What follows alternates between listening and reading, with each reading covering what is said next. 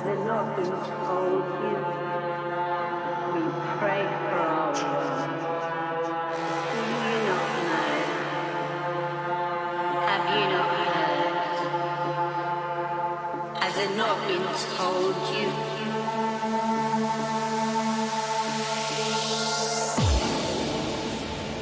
We pray for our world.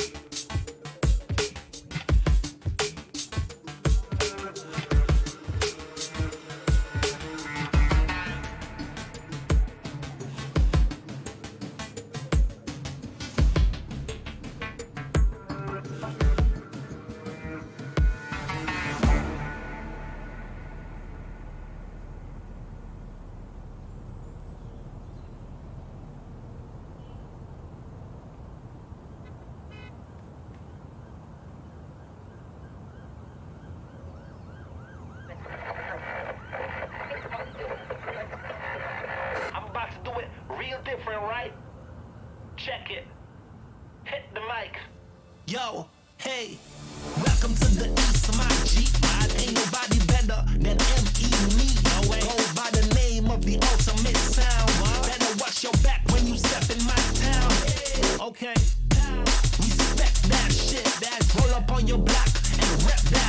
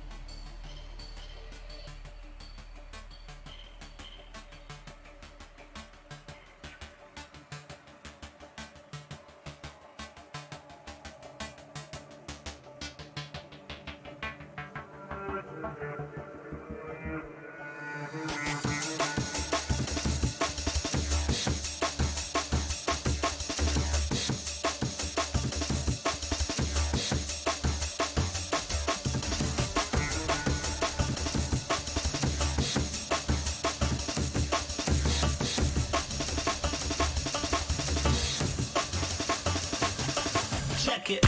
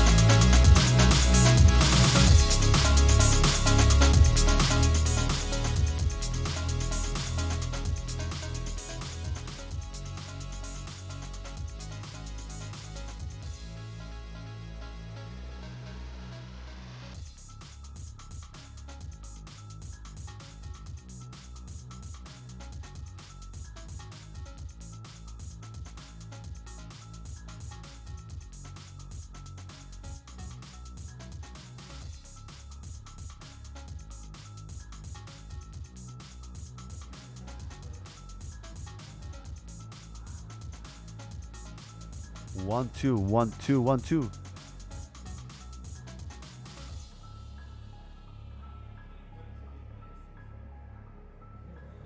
One, two, welcome to the first activity in Inércia Demoparty 2021, the seminar by Paulo Falcão, Raymarching in Material Maker, coming up now. Hi.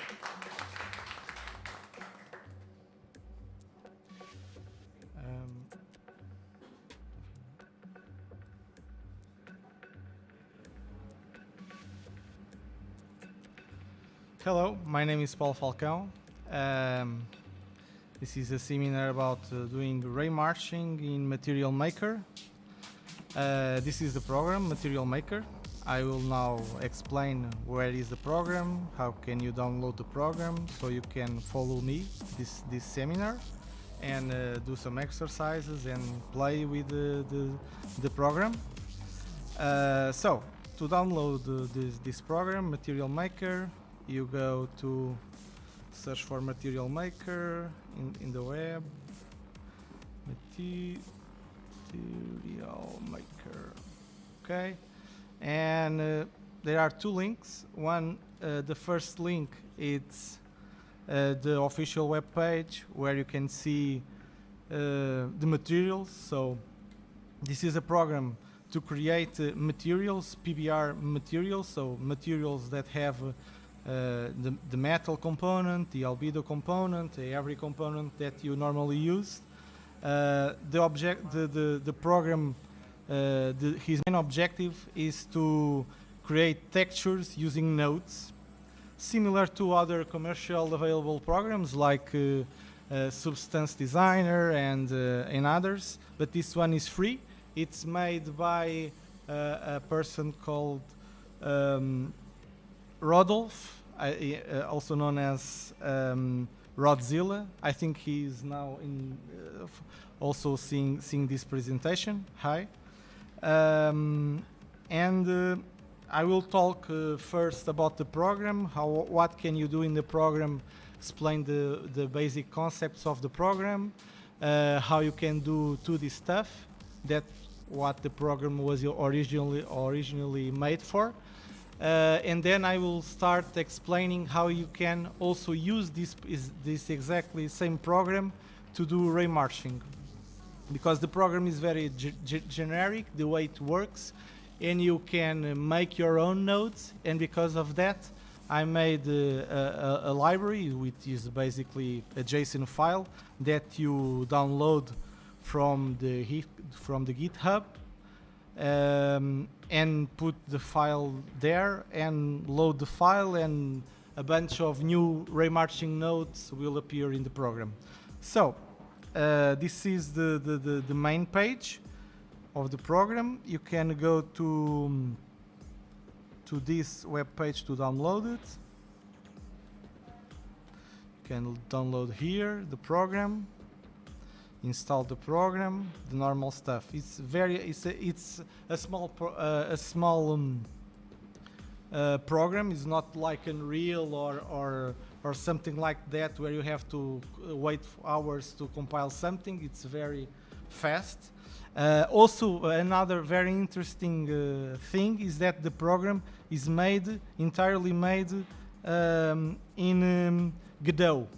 And for those who don't know it, Godot is a freeware, open source engine, 3D engine. But you can also do many interesting stuffs in Godot, also apps like this one, Material Maker. I will not download it now because I already have the program.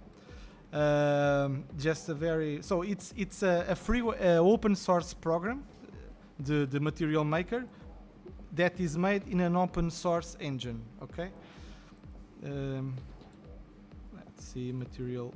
It's also, you can also browse his code here. You can also download the latest version in GitHub. Okay, if you want to download the very last version, you can go here to the desktop builds, and and you can download the last version. But for now, you only need the version 0.97. Okay, so after you download the program and install the program, basically you will have a folder like this one, and you double click on the executable file and it's fast to load and the program is already here. So what do you need now? What do we need now? These here are the nodes that come built in the program in this folder with my name. It's the new nodes that do Raymarching. To add these nodes, you first need, like I said before, to go to my GitHub page. You can search for my name, for example, and Git, or put Material Maker Raymarching, and something I think like this will appear automatically. Let me see if it works. Yeah, it's the first link. Material Maker Raymarching. This is the file you have to download. Here I also explain what I have already said. Download Material Maker, install, download this file. So you download this JSON file, which is now uploaded about 1 hour or 2 ago. This 0.03 file.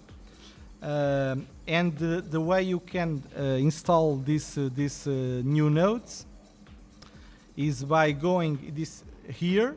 Okay, I will pause here because it's probably not very obvious. You have to click here, Manage Libraries, and you can do Load Library, and you select where you put the file and download the file. I actually don't know. I think I have probably loaded somewhere, but you download, open, and these nodes appear here. So this library has a lot of nodes. I will not right now talk about them. I will just explain now how we can play with the program. So like I said, this is a material, it's made to make materials. I just drag here one of the panels, so I would have more screen space. And so this is it starts with this node to do PBR materials, which stands for physically based materials. And we can start here and, for example, drag a star, okay, and click here, preview 2D, and the star is here, okay. And you can change the parameters here, for example, like a normal node, okay. And what you can drag another node, and now you see a circle, and you can combine the two, doing like, I think it's blend or no, blend, yeah, opacity.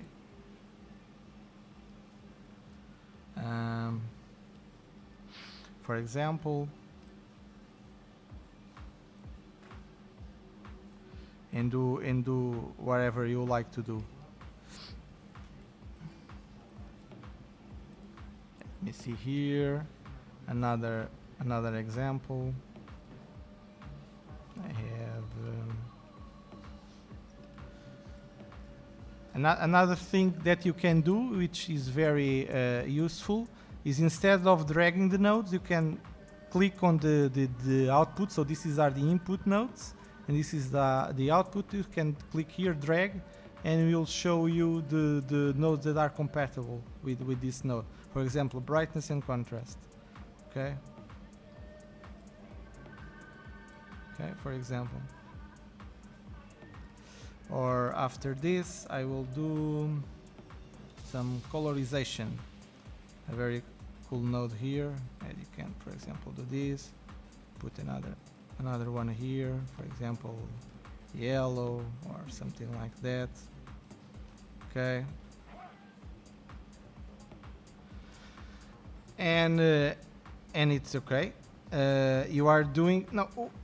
The important thing to understand now is that this kind of programs that use nodes typically you are passing data from one node to another. In this one, you are not doing that. You are actually building a GLSL function.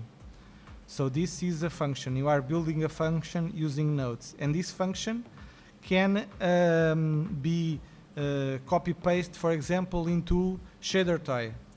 So I can, like I said before, drag here, add the node debug, click show shader, and this is the generated shader. Okay? It's more or less understandable. You can copy this shader, go to shader toy. Let me close here some panels. Okay, let's go to shader toy. I don't know if I have my internet. Yeah. Create a new shader. And just replace. Click play, and here it is. Okay? This was the shader that we procedurally generated here, just using nodes. And this is more or less understandable. For example, I'm seeing here the radius. For example, I can go here, do something like scene time, I think it's that. Compile. Nope. Something. Oh, is this constant? Nope. Global variables. Yeah. So probably. But we don't need to change the. I would like to animate this, right? So instead of doing the things here, I will use this error to show another way of doing it. You can go here, for example, and use, let's say we have here, oh, this is the number of, okay, this is the size, okay? We have a special variable called $time, okay? And we use the normal math functions to control here the value. So we use a sine function that goes from -1 to 1. We multiply the sine function by 0.5 and we add 0.5. This way the sine function goes from 0 to 1. But I want it to go from let's say 4 to 6. So I will just multiply by 2, and this way 5 less 1 and 4 to 6 is just 1. Yeah, so it should work. And you can see here it's moving slow, so we accelerate the time, multiply by like 32. Too fast. Let's put like this one. Yeah, we have an animated shader. Again, show shader, copy the shader here, press play, and you have a shader. You can publish the shader already. A shader made in Material Maker. So another more interesting things about this program. By far, for me, one of the most important things, well, this one about creating functions was very important, but now it's a more geek stuff, but the way the program works is actually each one of these inputs, it's actually calling a function, okay? So this allows us to do many complex things like Raymarching and many complex things because you are not passing data from one node to another, okay? You are actually running a function. So this is a function, and this function has a function input, and this function has a function input, and something like that. So this function can be called, if necessary, by this node multiple times. That's what happens in the Raymarching node. Another very, very, very cool feature is that you press Control W. I will say it again. Control W is also here. Edit. No, I don't know where is the shortcut for that, but it's Control W, and this appears. This little pencil. You press the pencil, and now you have an editor for the node. You can completely edit the node. So this is a special node because it's just a gradient. You can add parameters here. When I say apply the parameter is added here. You can control all the code. Okay. For example, I will just make some things for you to understand. Let's create something called value. Okay. This is the display. This is the variable. And this is the outputs, okay? This is a special function because it's a gradient, and now it outputs RGBA color, okay? So I will now multiply the color. I have to just first get just the RGB and then multiply this by this new value that I created there. I put the $sign there, and the alpha value can be just 1.0. Click apply, and then we have now modified the node. See, it's very, very powerful, very simple. For example, now it's switching between, it's not 0.1 precision. You can go here. I don't like 0.1 precision, I like a lot of precision. So I will just add some zeros here. Click apply, okay. And now you have more precision. And of course you can animate this. You can just put, again, let's just copy this and multiply by a different, yeah. So we are animating. So I think it makes a good blend between code, if you want to, and a node-based approach. I like this kind of approach because I used to do Raymarching by code, and I also do it, of course, in Shader Toy and much before that. And you spend a lot of time doing the boilerplate, right? Setting up the Raymarcher and stuff like that. And sometimes you are not interested in that. You just want to tweak something, create some special function, investigate something new, and you can use this program and program here directly and just play with that, okay? Or if you want to, you can go to Shader Toy, for example, play with the code there, copy paste here, because the code is GLSL. Here is just a very small line of code, but you have the main code, which actually I don't use very often. The instance functions and global functions that would require me another session almost just to explain this. But basically, these instance functions are functions that are instantiated, are created one instance for each instance of the node. Okay, so this node has one function. If I do another one of this, for example, which I did the normal copy paste, every node has a preview node if you click, and you can also click here. I think it's there, or I don't know. Okay. You can also set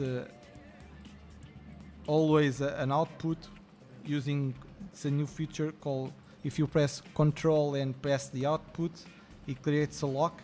And then if I click the other, I delete my own node. Okay,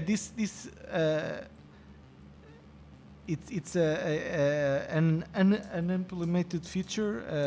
You don't have undo, okay? So you have to live with that. So I lost my node. Yeah, but no problem. I can drag another node here, no problem. Yeah, now it's the original shape without, but I think it's just I just did that. Yeah. So no undo. Be careful. Save often. I was showing about the shape, brightness and contrast, colorize. The code. Yeah, the different. What can you do with different tabs of the code?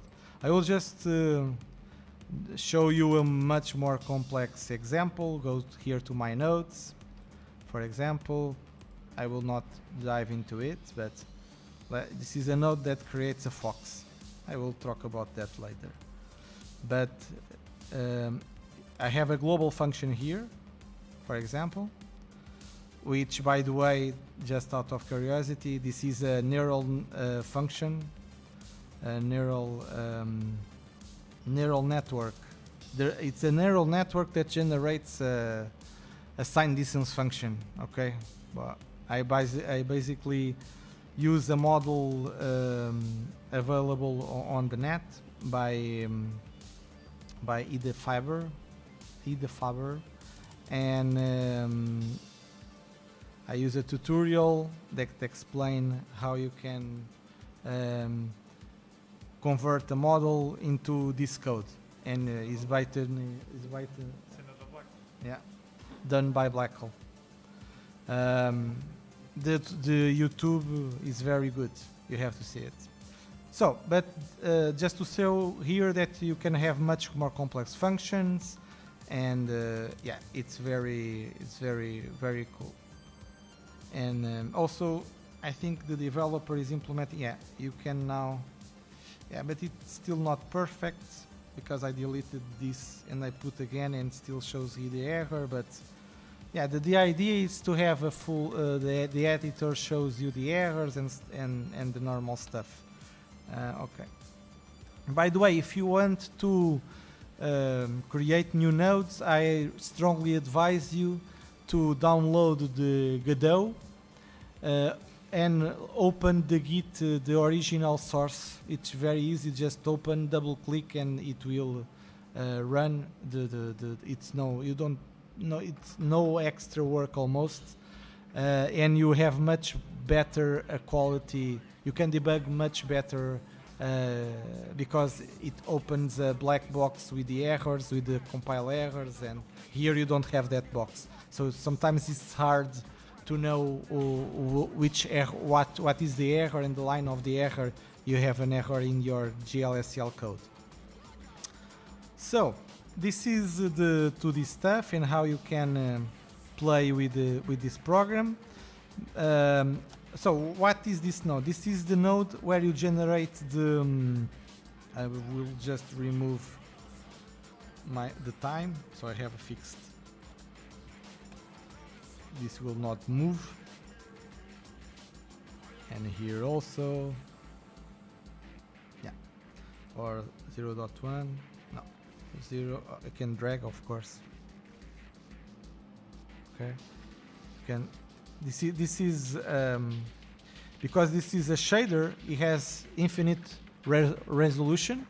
Okay, it's not again. This is not manipulating a bitmap file. Like I generate a bitmap file here, and then the bitmap file goes to here. No, it's not doing that.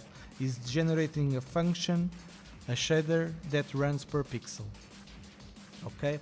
So I have now here an image, and I would like to apply this image to this to create a material. Imagine you can click the preview 3D, and this is what the program is originally made for, to create textures. So you can create, you can use the normal, in this case is the PBR metallic workflow, because you have metallic and roughness.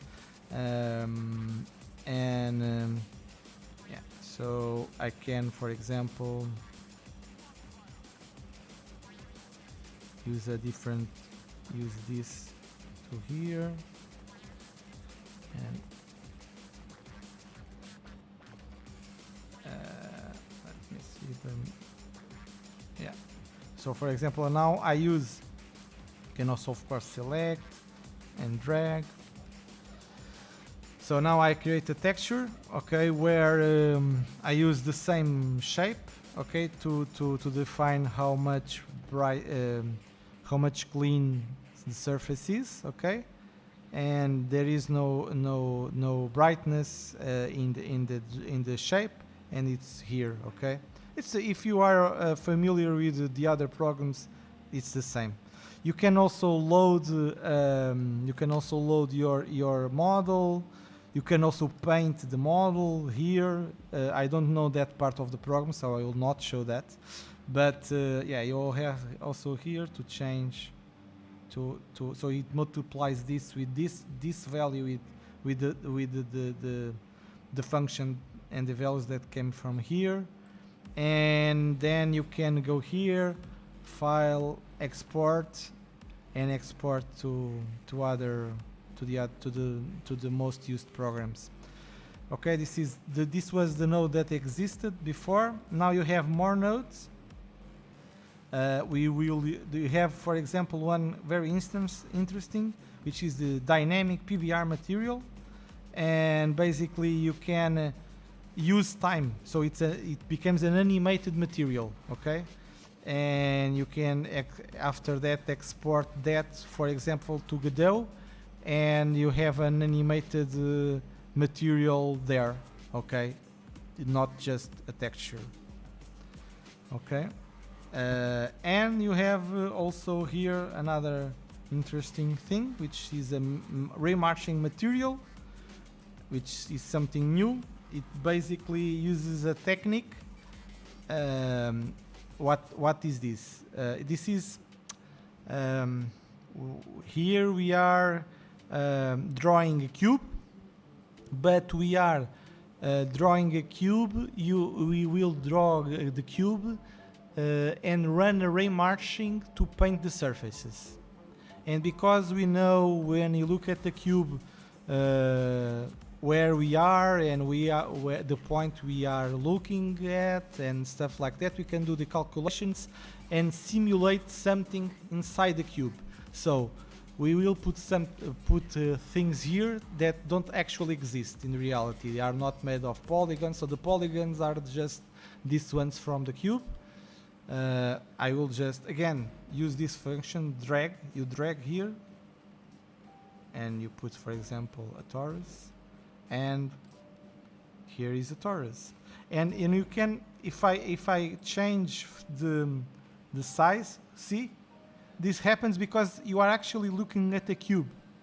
You are not okay, you understand? You are just drawing in a very special way the surfaces of the cube.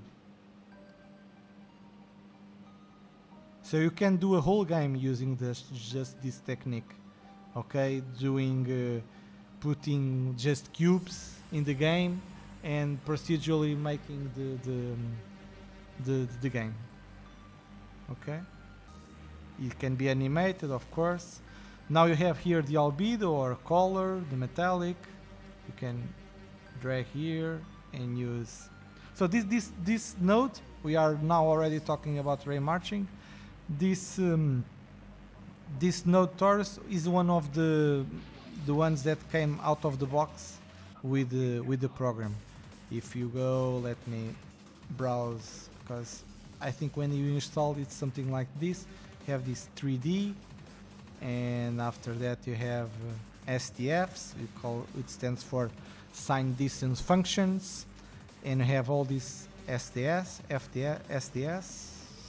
And you have, for example, here a sphere. You can change for the sphere, yeah. And you can, of course, combine these two objects using a Boolean operation.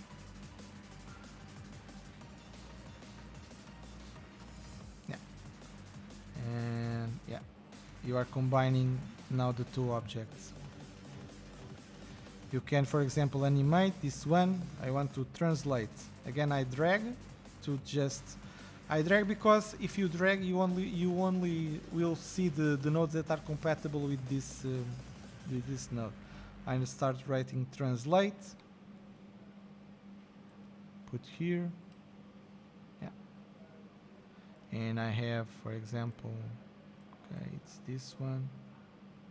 I can, of course, animate this again with the sine distance function. And yeah, you have here, let's speed this up. Yeah, too much fast. So this is a way to, you can also define the color. And here, to define the color, you define the color using the equivalent of a 3D texture, but it's not a texture or a volume of data. It's actually a function that defines a color for each point in space. It's called a text 3D. This is, for example, let me just use one of the standard ones instead of mine. Texture, yeah, for example, is this one.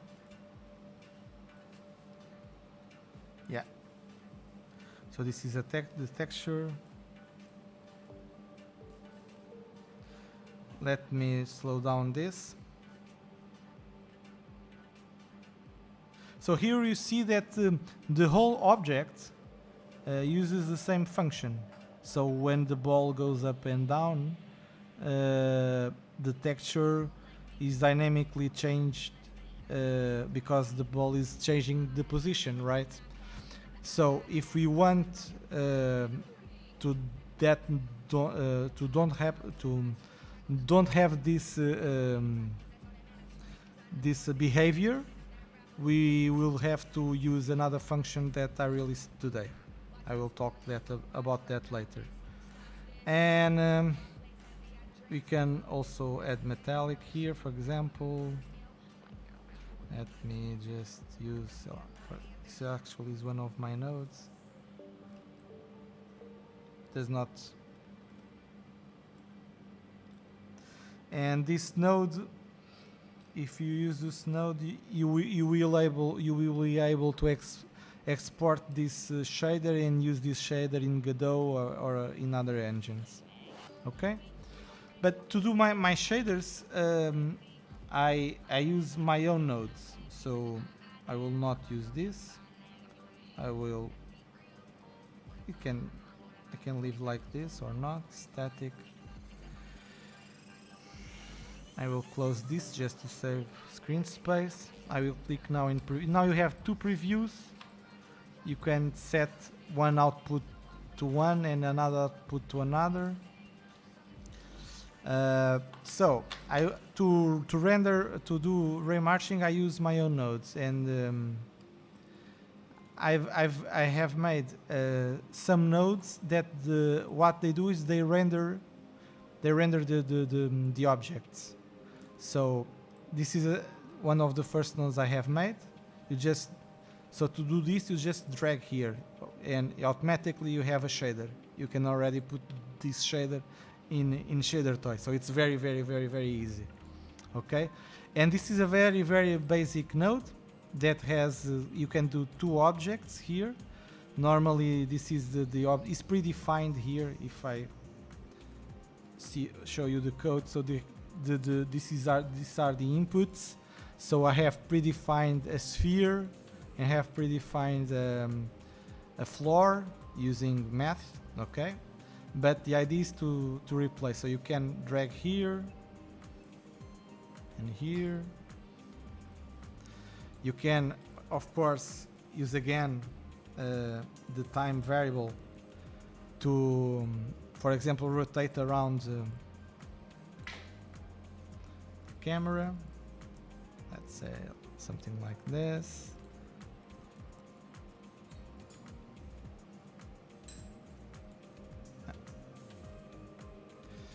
probably too fast. I don't want you guys to have your head spinning.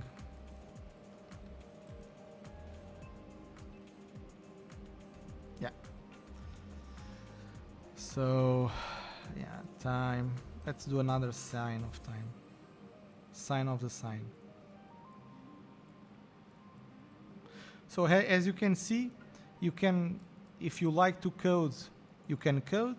If you like just to drag nodes and don't care about coding, you can also do that. Of course, if you know how to program, it's better.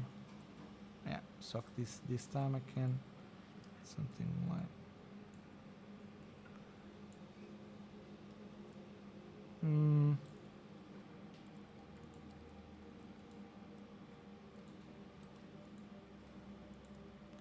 Slow down his sync here.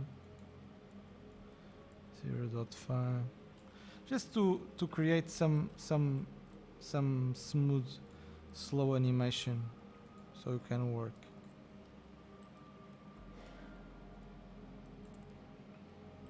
So you don't have, because this is a material maker program, you don't have a timeline.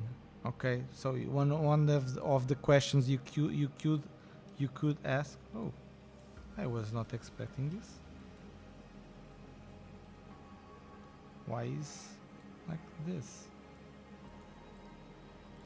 This is strange. It was not supposed to be like this. It would supposedly maintain the aspect ratio, but I have to check that. Probably an update, I don't know. Strange. Let's leave it like this. And we can start now creating our shapes. So you, for example, put a torus here. And from whatever reason it's not working. So I will just start everything again. I don't know. Oh, that was something was not compiling. Probably my function was not correct. I don't care about it. Let's forget about that movement. Or just make a very slow one that I know that works. I don't. Actually, I can double click. I don't. Oh, this. You can use the left, the right mouse button to have a better editor. So times again. 0, 1. Let's just stick with the basics.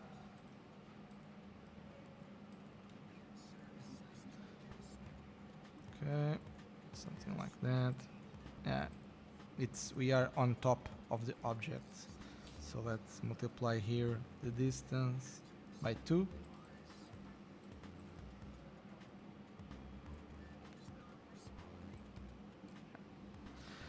So now we will drag here, put the torus. We can specify the axis of the torus. Example this. Okay. The normal stuff. Okay. And now you can let's go here. Add a different type of object.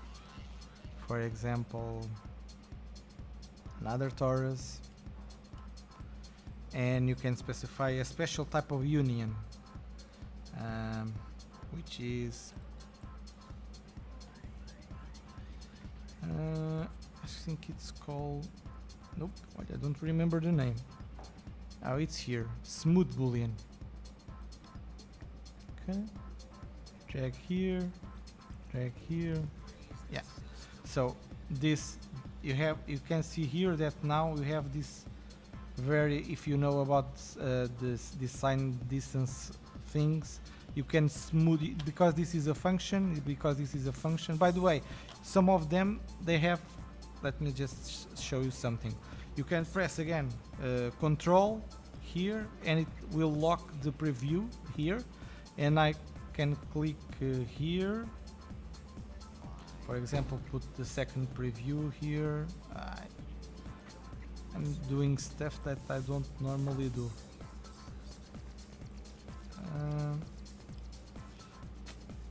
how do I put something here? Well, I would like you to show that when you press, let me unclick here. If you can also use this. I would like to have a window where this was showing and another window where the preview was being shown. Okay, I think I can drag this to another place, but yeah, no, whoops. Yeah, this can also be like this. Okay, and I can do use, I think it's shift, and now this. Yeah, so this is the first time I've actually done this. So yeah, but it's cool because you can use these sliders. So these sliders, again, these are not. This is very interesting because these are just nodes, normal nodes. So there is no magic here. The controls you are seeing is because you pick here a radius, okay? But it's just code. So this whole torus is just this function, okay? Just these functions here. Yeah, so another thing that you can do is add a texture. Let's add in the library here, for example, again a 3D texture. For example, this pattern. Add this pattern here. Yeah, so you have this pattern here. You can again specify things and add, for example, multiply sign. Okay.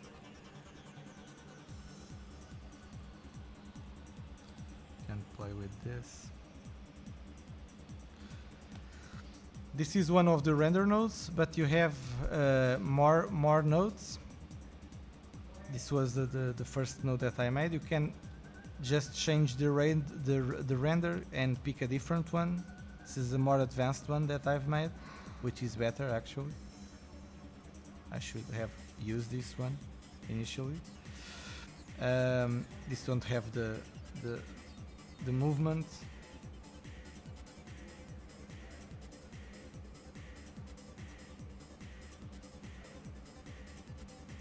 I will just add here the movement.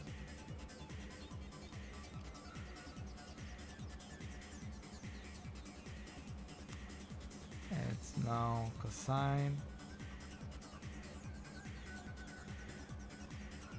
Okay.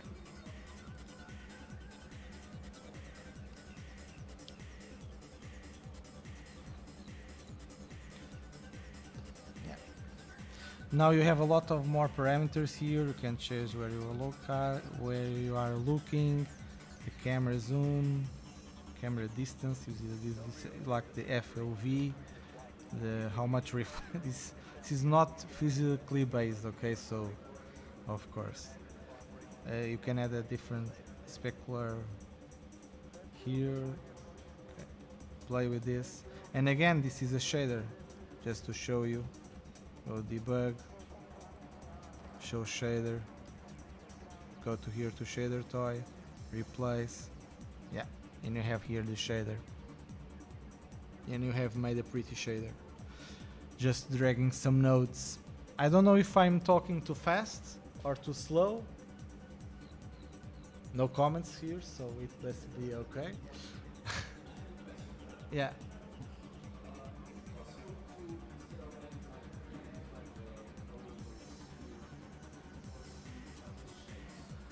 You have to create. You can't import shapes because shapes are normally made with polygons, and here you are not. So if I don't, for the people that are listening, the question was if we can import shapes here. The direct answer is no. You can't import shapes. So you have to procedurally create a function that generates that shape. But there are now some possibilities using a neural network, for example, to generate procedurally a function using sines and cosines that will generate the object. So the input is it's the 3D polygons, and the output is a function. I will show you here one of the examples. If you go here, for example, I have here a bunny, again made by Blackhole, and I can put here the bunny, and now you have a bunny here. Okay, and of course nobody programs. It could be done, but nobody. The bunny is with too much reflection, and I don't like the texture. And I think it's not. Let me rotate. So, for example, one simple question: I want to rotate this. What can I do to rotate? So I drag. We must change the object. So we add a rotation node, and put here. And now we can rotate the node. We have two bunny. It's a torus. Okay, I understand. We were blending the bunny with the torus. yeah, everything works. We can put multiple bunnies wherever we want.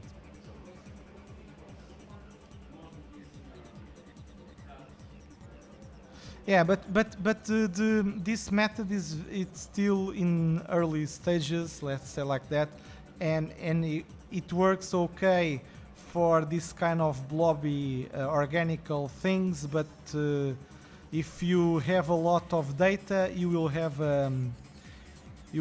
a lot of data in the shader, so it doesn't scale very well. Okay, these values were generated by the neural network. Okay. This one was not made by me. I then, like I said before, used the Blackhole Python code to generate a fox, which is something more or less similar. Okay.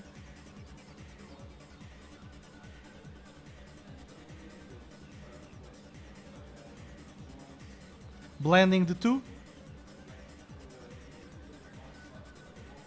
Oh, animating the fox, yeah.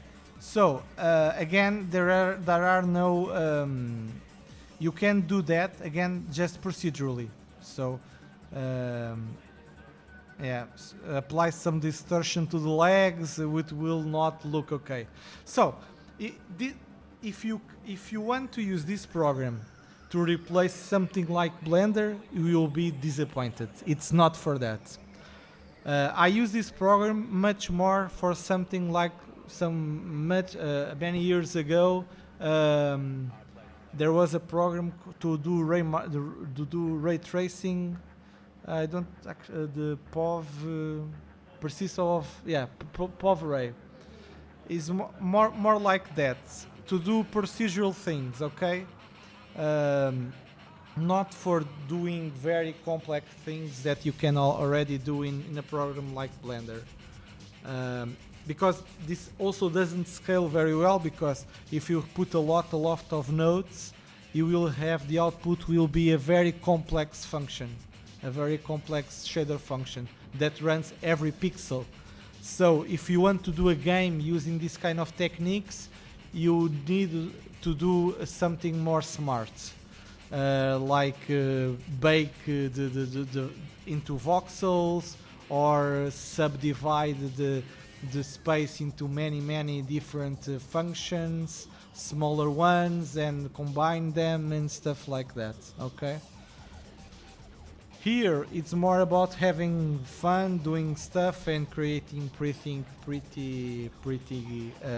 things.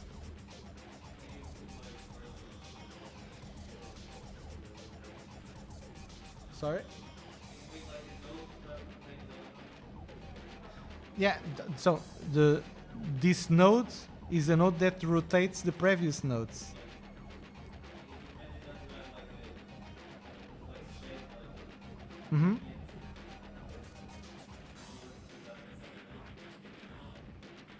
If you combine this shape with another shape, this rotate will rotate all the previous things.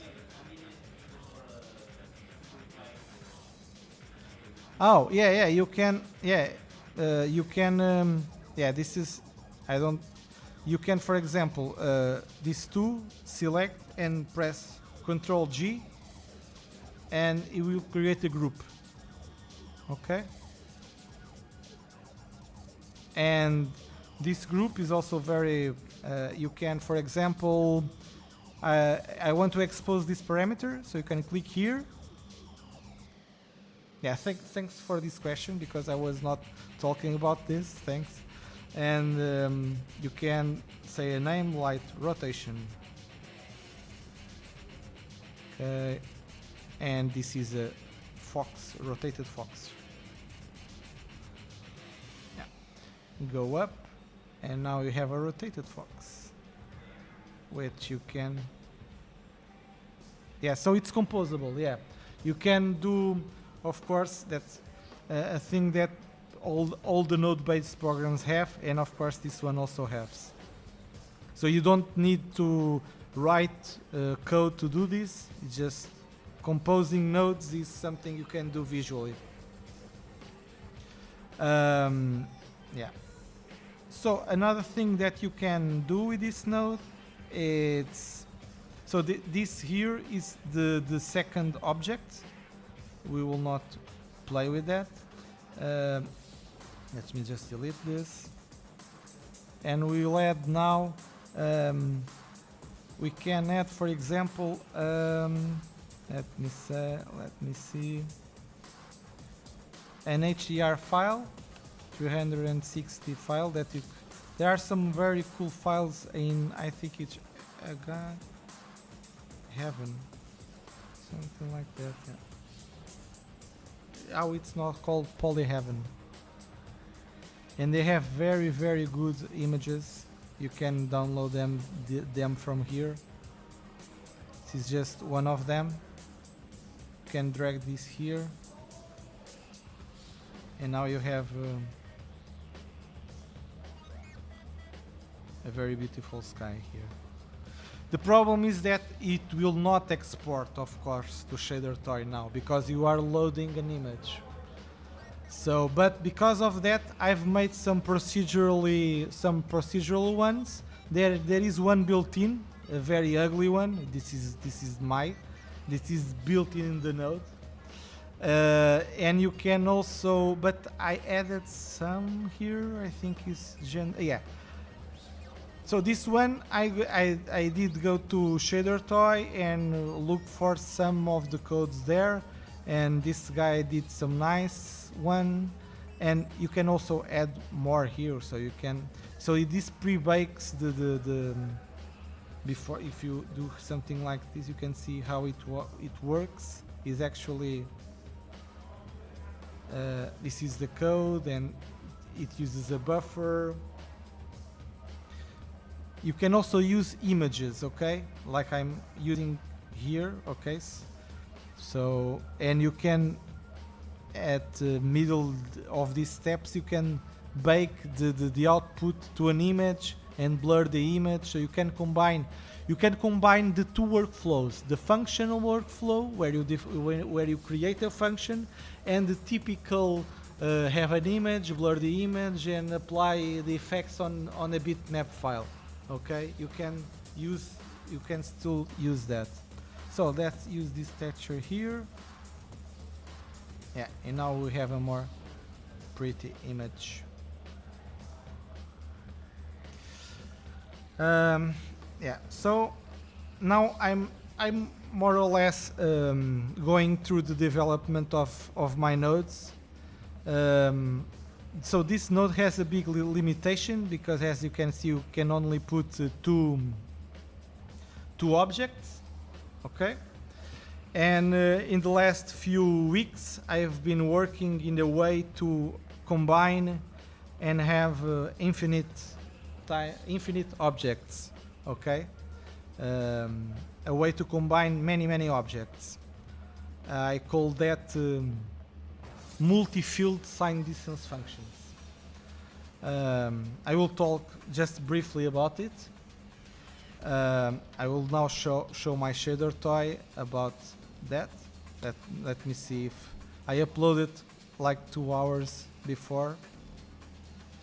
Let's search, browse. It's a shader that shows an image. Okay, this is very slow. Let me just for my shaders. Yeah, my very old shaders, like 10 years ago or more like that. Yeah, so this is the new shader. This, by the way, what you were seeing there was this there is a, let me, so this Chrome does not use my integrated card, and this one uses my GPU, so it's much faster in this one. I have predefined this way because I don't want to use the GPU in the other. Yeah, so this is all done manually, and I have explained here what is this function, how does this works, and this was not made using Material Maker, but you can do it using Material Maker.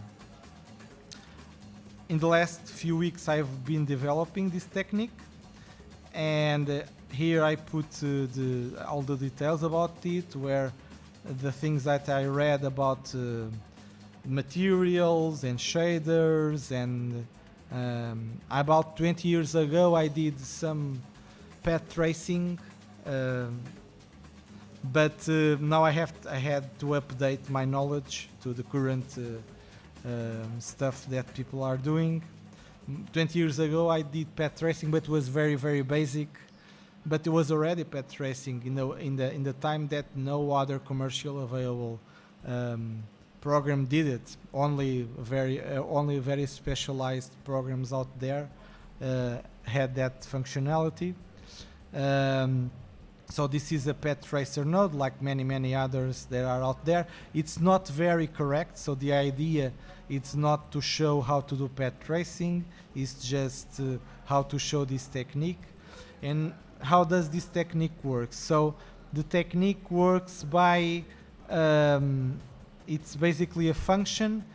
Normally in a sign distance function you specify the 3 values in space, and it returns a value, the distance to your object. In this function, you are not only defining the objects, you are also defined for all these parameters, the metallic, specular, roughness, everything that you want. This is I propose, and each one of them has an ID, and you pass the field type.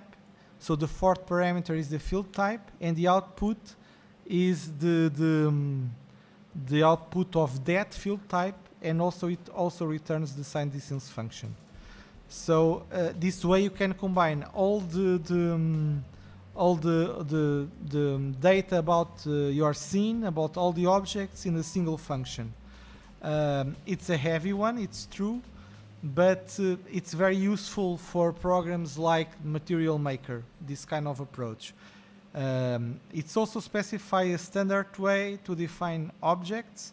I do a lot of research about it, and this I propose this order of fields, and with this you can basically do almost anything, but you can also specify your own fields. I suggest to use the 999 as the table ID. More things. Yeah. So we will use this kind of approach into now here in Material Maker. I will show now the nodes. Where is the delete? Oh, here is the delete. So these nodes are here, render. So it's material mate is on MF SDF, multi-field sign distance functions. So almost all these nodes I made in the last days, and this is the node. It only has one input, okay? And how does it work? You drag here, and the third is it has more boilerplate, because you have first to specify the object maker. First you do an object maker that have all these properties. These properties then are mapped into that function that I was talking about. And also, by the way, this was made in a hurry, so this node is not very perfect. I will update this in the next release. So, for example, metallic does not work, and most of these parameters don't work. The parameters that work are, for example, specular, and this one also, and let the object, and yeah. So, but it's not. I leave the parameters here. Why? Because this is just a render. You can do your own render here in render. For example, I also made a path tracing render that I will show later. So you can use exactly the same tree here and render it in a completely different way. And your render, for example, this is just the basic one, because I have one here which is advanced, who has a lot more parameters. It has all the other parameters there. So the idea is to support transmission and every other things. So the big improvement here is that you can now combine how much all the things that you need. Here you have the object. You can, for example, change here the object. Okay. Put the axis here. Change the color. Okay. And now I will not change here the properties of the object. I'm changing here the properties of the object. Okay. And if I can now combine. Let's create another object here. For example, a box. Let's remove these stars and put, for example, a sphere. So if I press here, yeah, now you have this box, and we will change the length of the box just to do the standard checkerboard that I like. Look, I will now change the base color with a procedural pattern. Here is pattern. Okay. Here is my pattern. And let's add some movement here.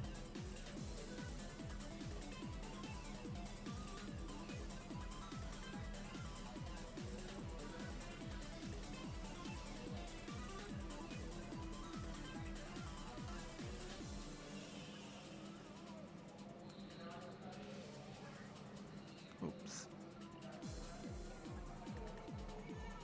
Yeah.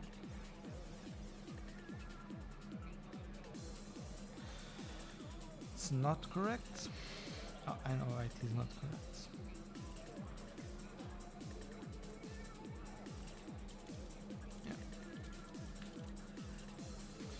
Yeah.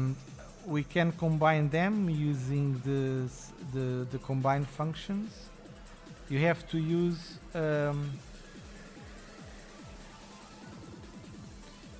these operators here, these Boolean operators here. This is the normal one, the Boolean one, and this operator will combine not only the shape but all the other parameters. Okay, so you can see that now you have here. I will, when I let me, for example, add here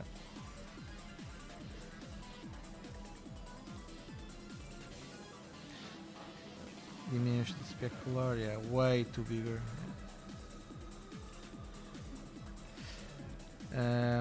And you can of course add many more here, not just two. And when we translate, another very cool thing, when we translate or rotate, you are also translating this function here, right?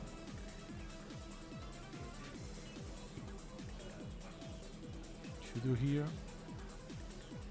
So it solves.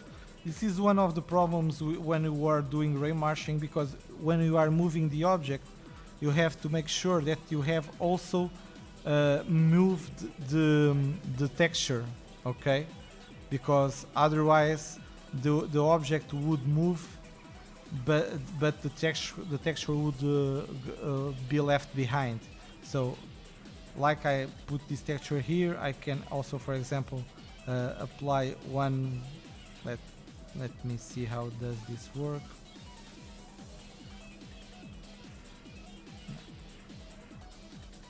You can see some small details here.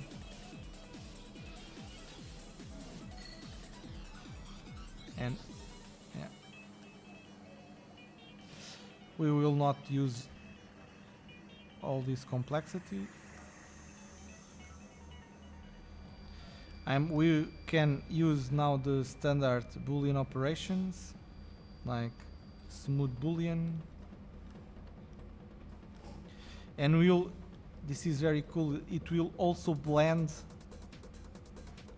the materials, so it blends the shape and all the properties. So now you are entering into a zone that is basically impossible to do in standard 3D programs, or at least much harder to do. You can do now something like the Terminator, where the ball goes out. Yeah, but it doesn't stop here. Let me use a scale function. I could also scale here. Let me do things properly. So this is just the scale of this previous object, but I will do it a scale before the translate. Let's scale it here, and now you have to choose multi-field STF mode in the scale. Yeah. You can add some blend here.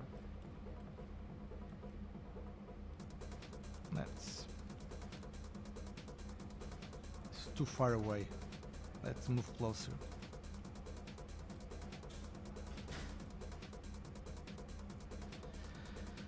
Yep. But I've also implemented a cool way of smoothing. This is also new. Smooth Boolean Advanced. And what can you do with this?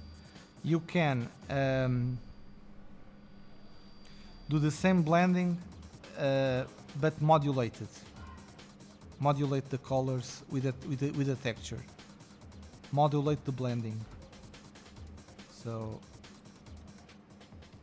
push it here.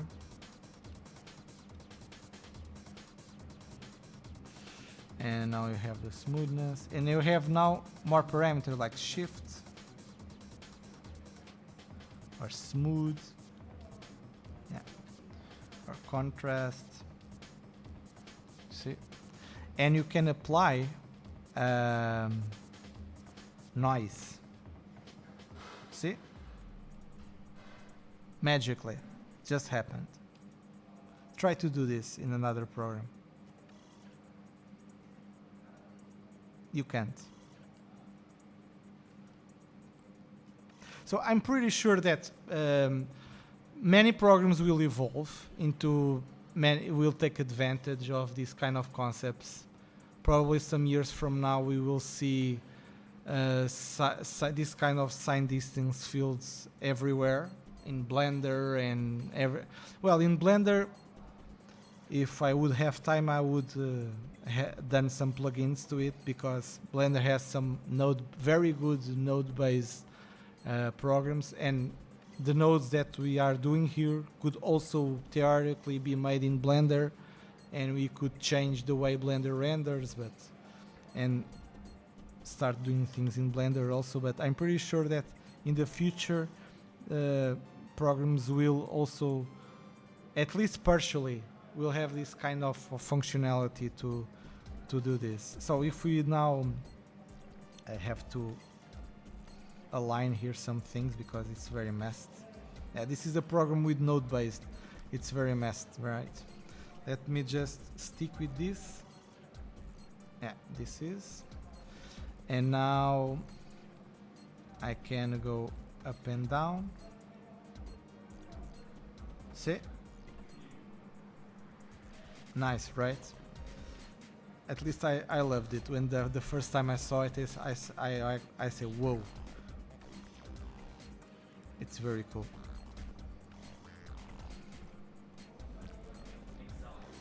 Yeah. Oh, see?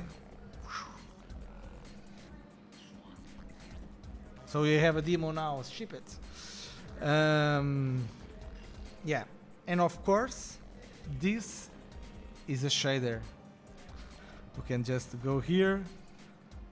Oh, so now we have, by the way, look, just to warn you, now the shader is becoming very complex, and when I press, you see, it takes like half a second something to move, but I think in the next versions this will be eliminated, it will be corrected. Okay.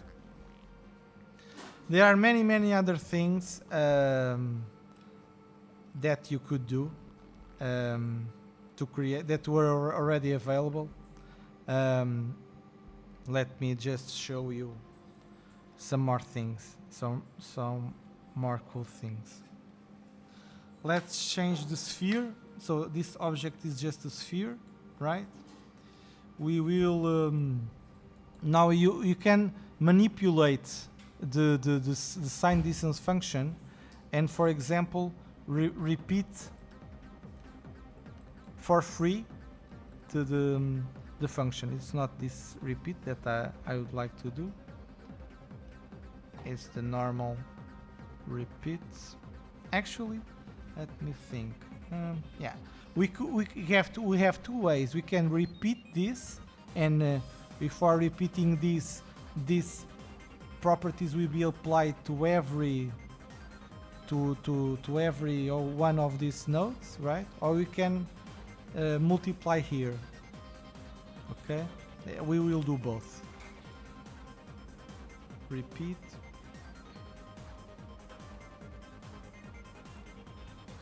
Put it here. Yeah. We can have infinite spheres because they don't exist. They are just functions. So.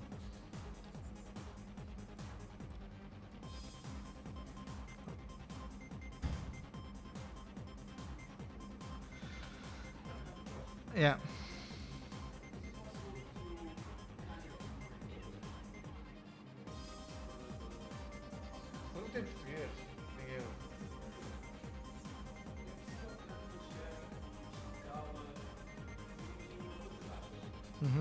Yeah. Question about extruding an object like in a sphere. Yeah, you can deform. Yes, you can scale the.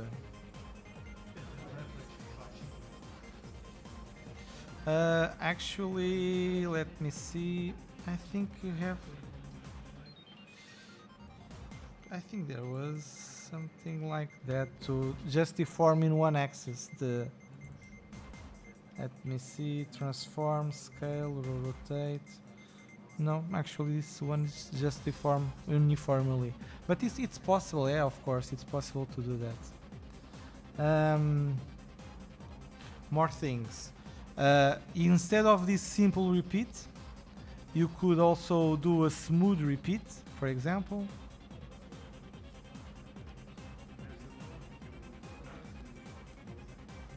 Oh, it's not this repeat.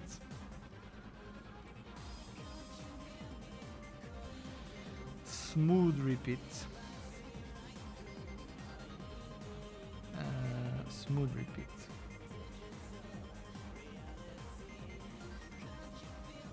And these repetitions can blend the between the objects. See?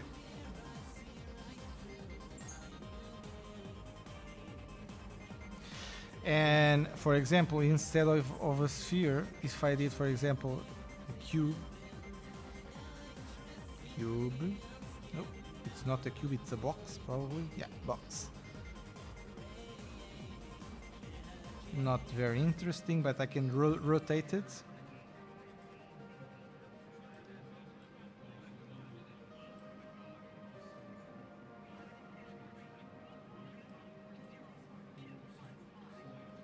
See?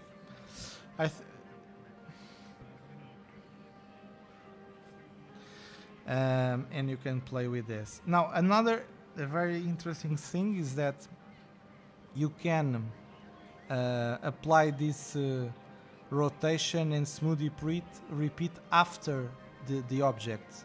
So let me show what I mean. And so it's now showing a sphere because it's the default object. I will now, after this, do the repeat, a smooth repeat. Now using this kind of multi-field sign distance function. And after the repeat, I will do a rotate.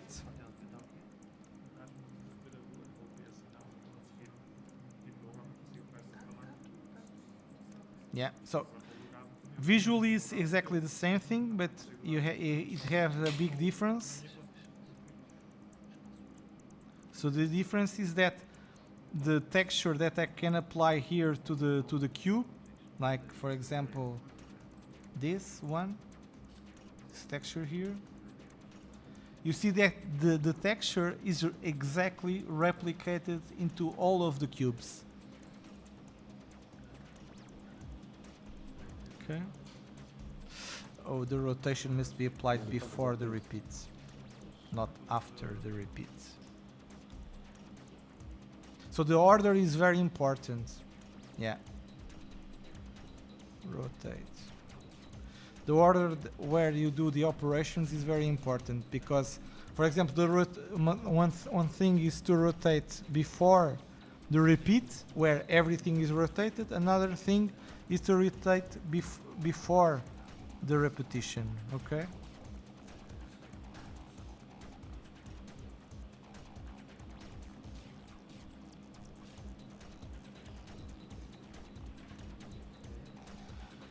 And there are other cool types of repetitions. One of them that I like also, it's the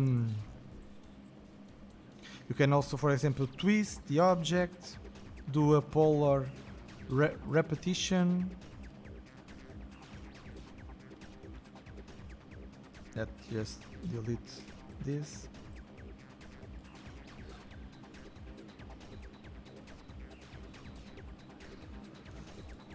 It's a polar smooth, but it's a smooth repetition, so you can smooth the objects.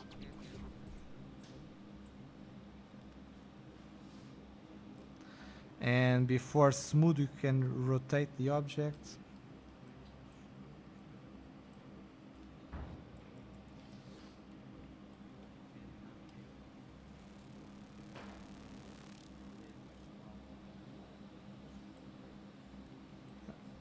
And you can do some very interesting shapes with it. Another thing, you can distort the object. Okay, I will show you how you can do that, and a cool effect that you can do with it. So this is a cube. Instead of the cube, just use a sphere. No.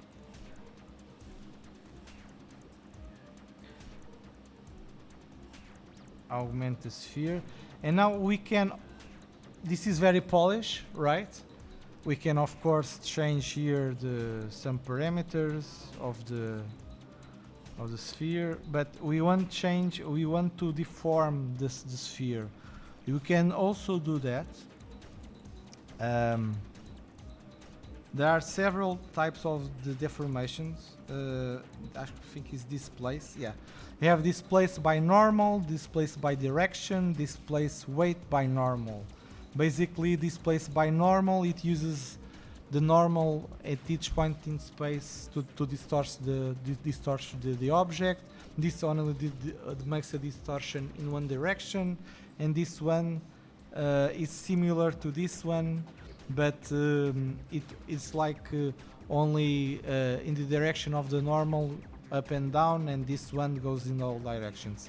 But we will use this one, and we will add some noise, and right now we can put here, and you don't see anything because we haven't displaced. Let's put it like this.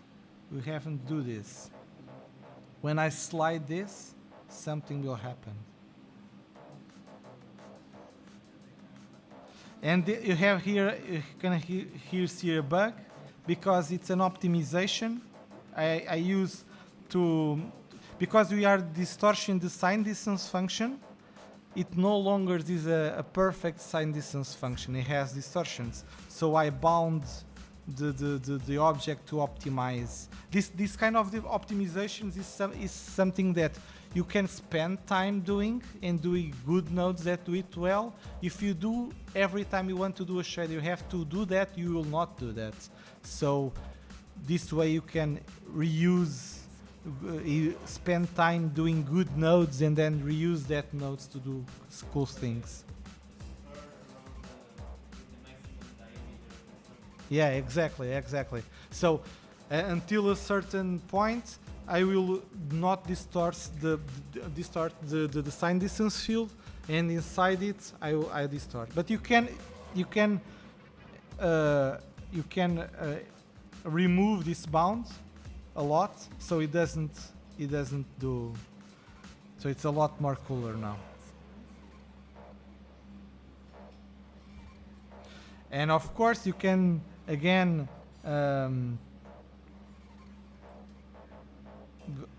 change this. This is just a sphere again. You can do more bump. Another thing, you have correction, because if I do this, it becomes flickering. So you can add some corrections here. Whoa. Okay, that's nice. I was not expecting this. That's another thing. You don't have to think. You can just put nodes and play with them. That's what I love. That's better than many demos I have seen. Yeah, very cool. So this is a correction. Basically, we are stepping slower if we slide this. Okay. And let's, for example, put the object a little smaller, increase the bound, and repeat. Do, for example, a repetition, smooth repeat.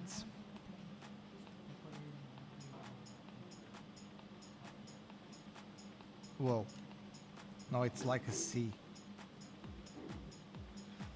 Okay. So it's becoming slower and slower, yeah.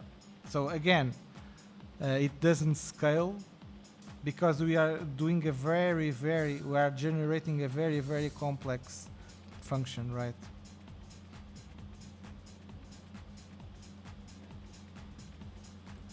So smooth between. No. This does not use that initial cube that I was talking about. No. This is just a flat. Is like is a just a 2D image, and we are. You put music now. Yeah.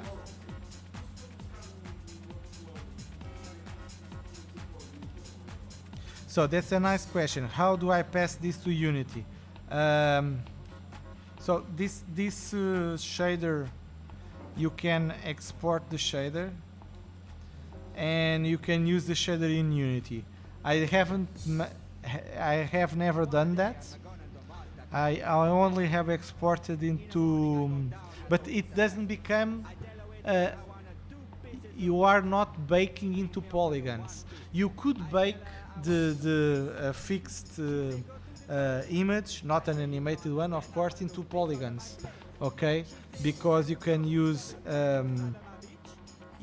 algorithms to transform this into polygons. Many programs also use that, and after that, you could import it and render it in the different program.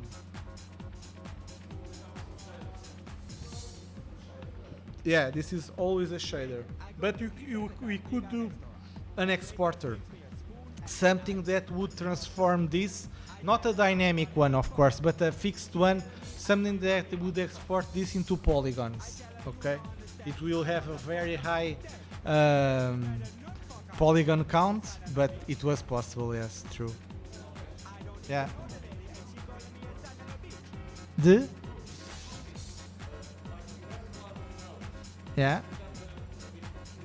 Yeah, you can group all this.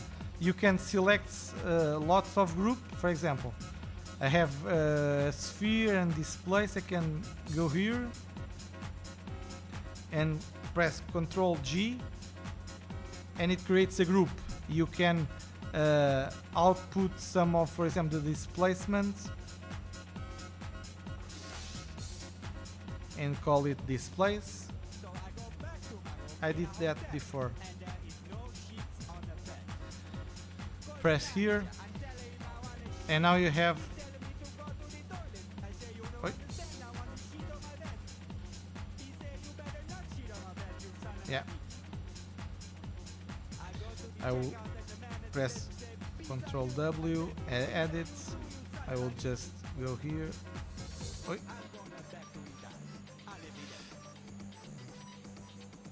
Ctrl C,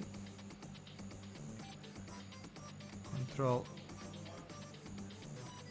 yeah, into object. Yeah, you can also do that.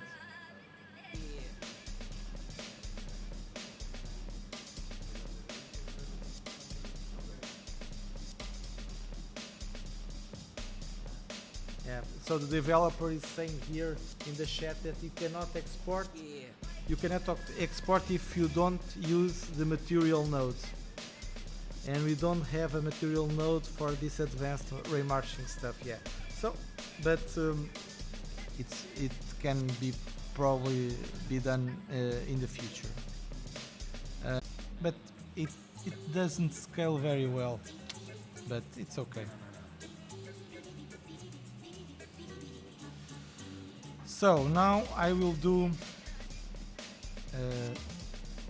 Just for examples here, yeah, why it's moving. Oh, it's moving because I'm doing this translation here. I don't want it to move anymore. Yeah, and okay,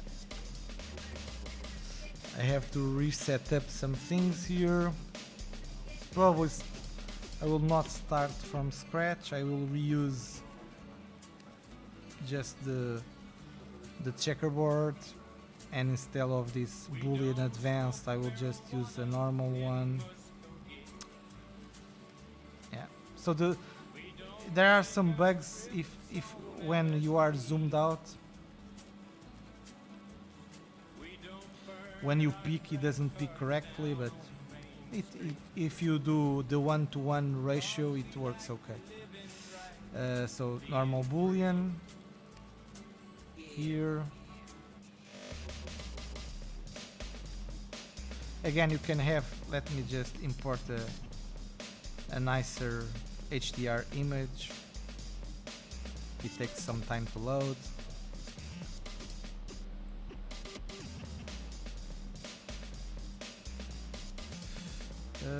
It's not showing anything because I haven't objects. Translate. One. Yeah. Much better. And now we will do fractals. So how do we do fractals? We will do fractals using a fractal node. Okay, this will be our base material. Just use for, you can be, for example, a torus. Can be anything, right? For example, we will make fractals using a torus as a base. And now we can do a drag here, say that we want to do a fractal. And now this works like this. It will, for example, combine several iterations, this number of iterations, and for each iteration it will transform the object and in the way we specify here, and we'll combine everything in the loop. Basically, that's how it works. So for starting, you need a special node, which is the axis node. Okay, which basically is like an input. We are not specifying the transformation function. We can now do a translate, and if we translate, he's doing this these times. Okay, doing this time, and so far it's just replicating, nothing very interesting, right? Let's just diminish here you can also look down, and the middle mouse button, by the way, you can drag using the middle mouse button, but you can also rotate.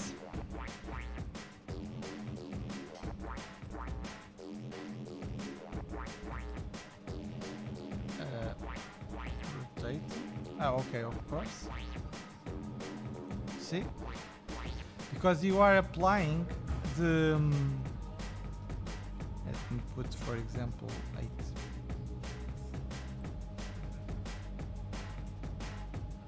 Yeah. And it's... You can combine this.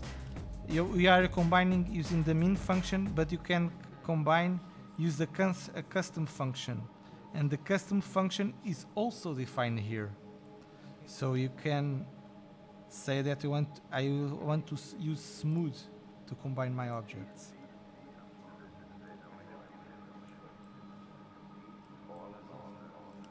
And now you are rotating and creating.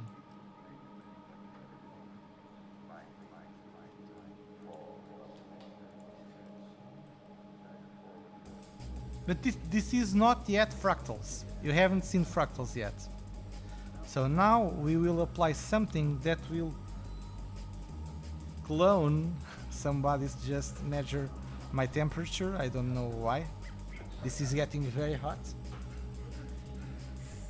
And let's. So one node that creates replicas of this is the axis symmetry. We will create symmetries, and we will apply the symmetries here, and now everything is multiplied. And of course we can change it.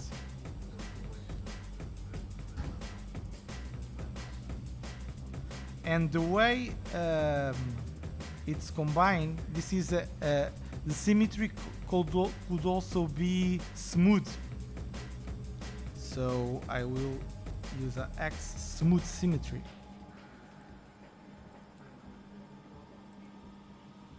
And we can smooth the object.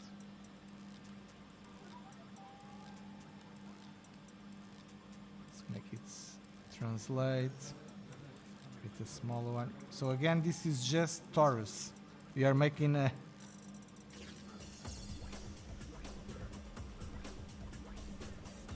see? Very beautiful.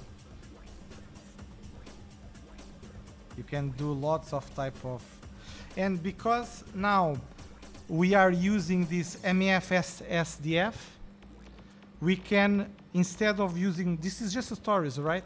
We can do a complex shape here with lots of colors that combine the shape in a fractal. I will show that now. For example, we are just using this, right? Now I will also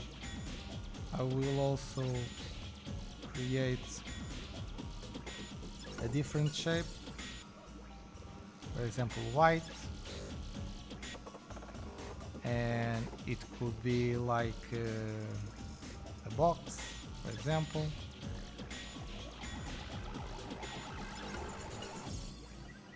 Yeah. And we will probably have to small the box, make smaller boxes. Yeah, so you can see lots of cool stuff already happening. And let me see. Okay, I want to, the radius here, I want to combine these two objects now with a smooth boolean and use that here, and something just completely broken. I don't know exactly why, but let me try to see why. Probably something is just too big. Yeah, so okay, this is the object that I created. It's just a small box here and a very large torus, so we will just scale it so it can be more uniform. You barely see it, but I'm seeing it. And now we will drag here into our SDF. Nope, I did something wrong.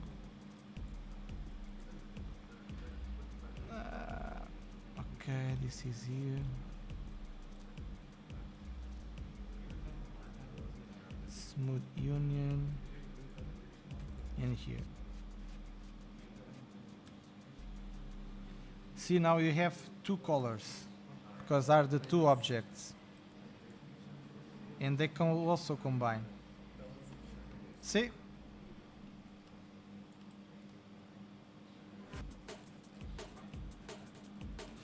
All the parameters are also, for example, if it's bright, if it's not bright, you can individually manipulate that.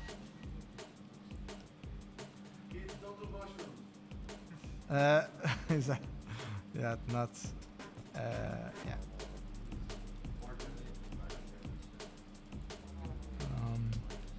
Change here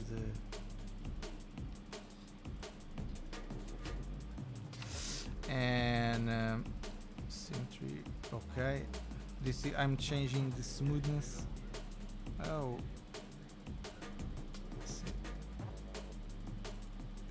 all this can be animated, of course. Yeah, So this is brand new, right? I implemented this a few hours ago. It's actually the first time I'm actually looking at these effects.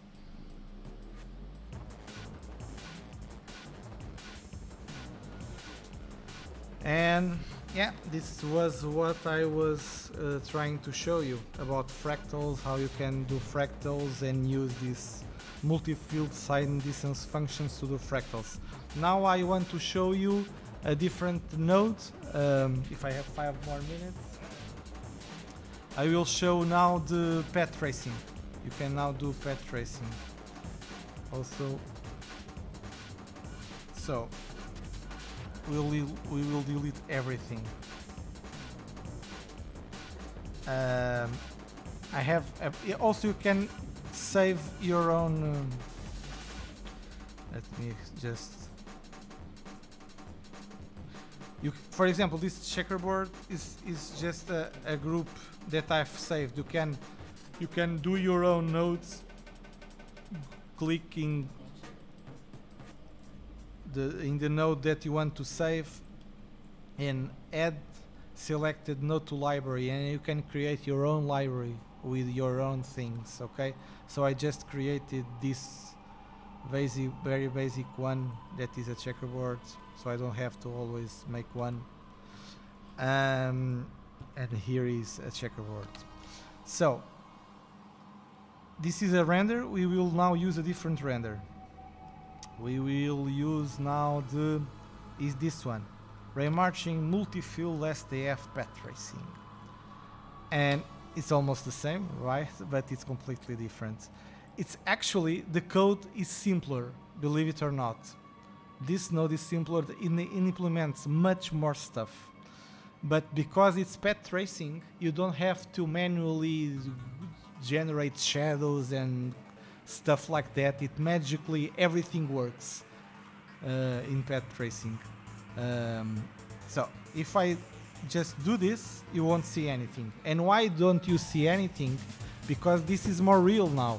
You need light, right? So how do we add light? Everything is very generic here, so light is just another object. You add an object maker here, and this object has emission. So I will add here emission at 10. And here is the object. It's very basic, it's just a ball, right? But if we combine the two, the Boolean,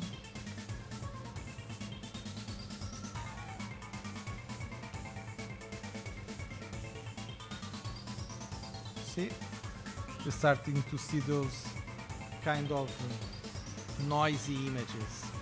We can specify many other things here, like if this is the number of samples.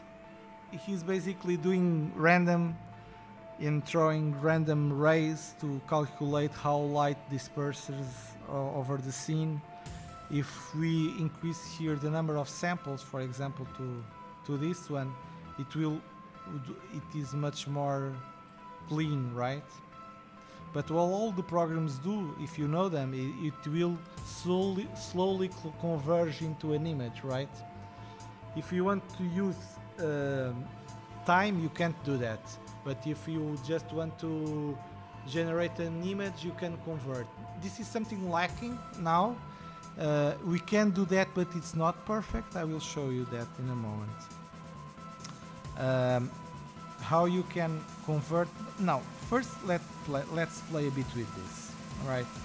Let's, for example, do a translate and move the light. What do you think it will happen? Yeah. It's a light. We can add a different object. Let's do some FSDF object maker.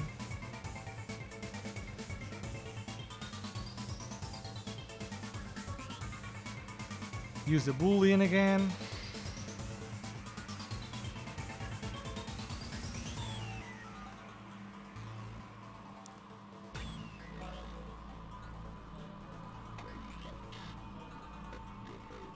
Compo. Yeah, the path tracing is also a function. It's just you can export this into shader toy. Yeah, it's just a normal function.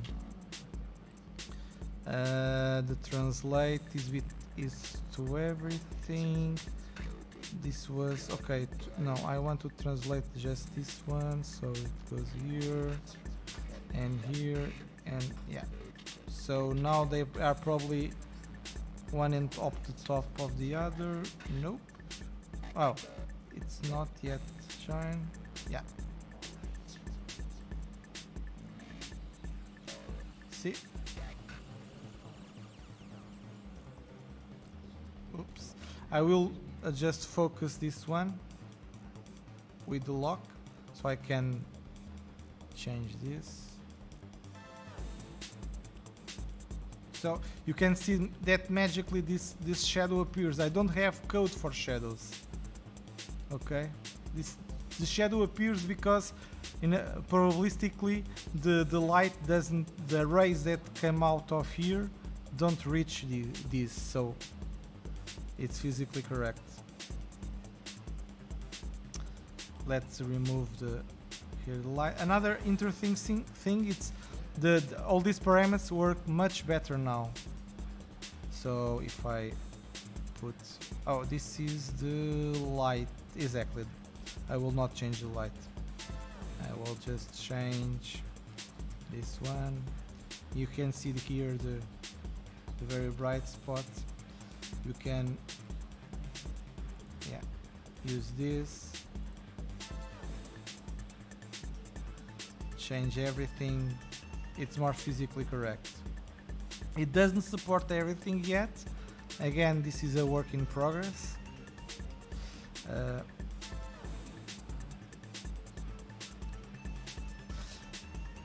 I will now add a special node that will converge this image.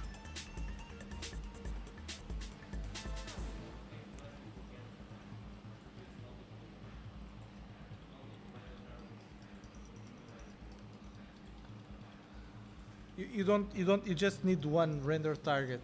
The problem here is that the program, see now you can see now this because it's fixed to a fixed resolution, but I'm trying to convince the developer to also have this automatically without doing this, and automatically in the viewport converge the image, because this is a fixed size. Summarizing happens here. It's not great, but yeah, you can change here the iterations. Also, there is a problem because we don't have much precision. That it's the disadvantage of using this version of Godot. Godot have a very low, uses just 16-bit floats, and we need more than that. We need 32-bit floats to to have a good conversion. So if we increase here the number of iterations, after some times we will see some bending here. Okay. Another thing that this light is just to let's remove the light from here. Yeah.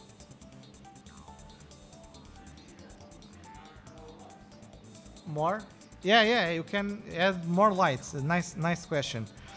More lights will generate a brighter image, right?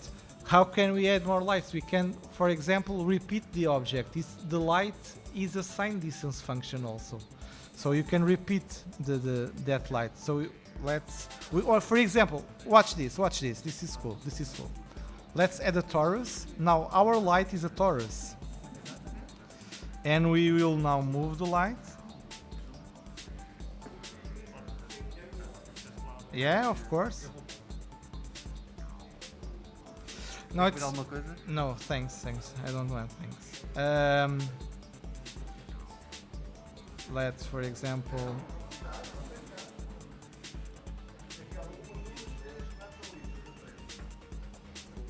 See?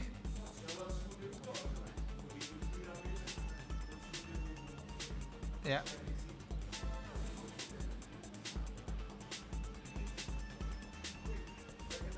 See? A light as a torus. Which is very cool. And we can, of course, multiply the lights. So let's just remove this torus, add a sphere, and just repeat the object. A polar repeat. No, I don't want a polar. I want just a simple repeat. Simple repeat. Put it here. And now we have lots of lights. And we will move the lights up. Whoa, whoa, whoa.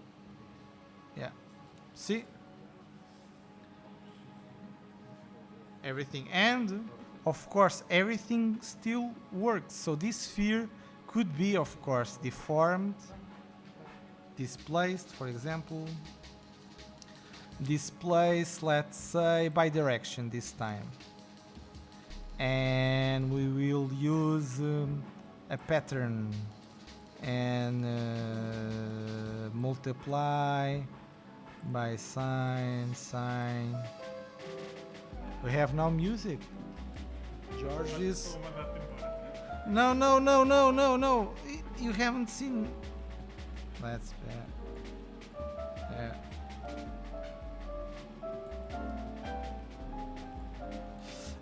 No, it was okay.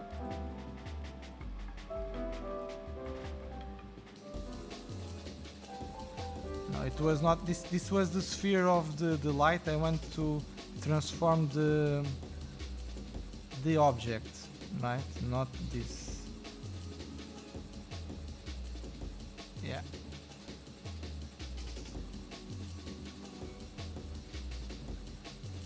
Add some correction.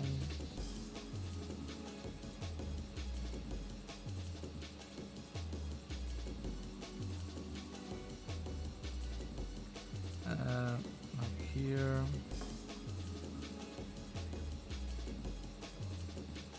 And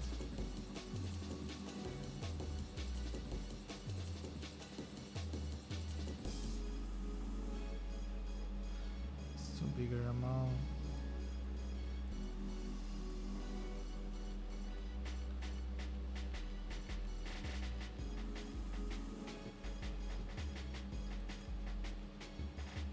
See? It was somewhat similar to the image I was showing here, okay? But this one, yeah, it doesn't blend with the word, but it's just changed this into a node that blends between the two. You can also add a 360 image like this one. And we'll have this way. We'll have the light could be the image itself. So if the light has a sun, it will. So this now it's much brighter. Let's just remove this accumulator, put it here. So we will now have again noisy images. So we have bright lights up and also the see, now it's green here because we are in a field where things are green, so automatically it reflects the green of the fields. Let me just put. Whoa! What did I do? Yeah.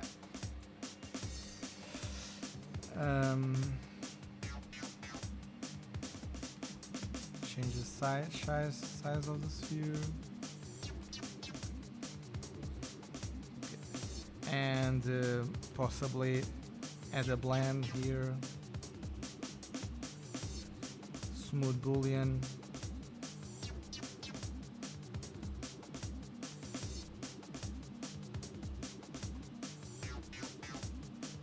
Yeah. So you see automatically these holes are darker because light doesn't get there.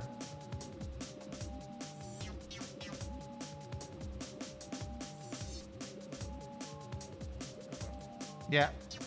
So this was the thing I was trying to show. I think you like. I hope you like it, and that's it. Thank you, Paulo, for that. The competition has started for Material Maker, so if you want to do something with Material Maker, you can submit it. You have 1 hour to do something, submit it to the party system. If you need a vote key, let us know. If you don't need a vote key, well, then don't let us know, but submit your entries. And in about 1 hour, we will have that compo. Meanwhile, we'll try to show some demos. Paulo, can you recap for people who showed up on the stream later and they don't know where you're supposed to get Material Maker? Can you recap that real quick? Yeah, of course, yes. You can download Material Maker. Just search for Material Maker on Google. Well, Material Maker. Oh, no internet for some reason. But search for Material Maker and search for my plugin. That is this plugin for Paulo Falcão, Material Maker Raymarching.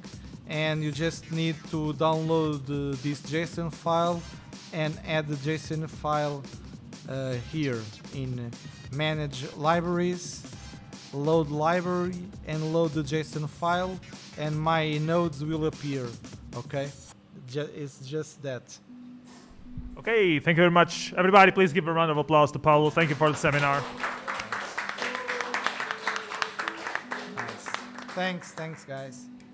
Okay, we'll try to play some demos while you people create some Material Maker entries. How shall we evaluate? I get export to shader toy. I guess that's the best way. So yeah, export from Material Maker to shader toy, and then we play the shader toy links.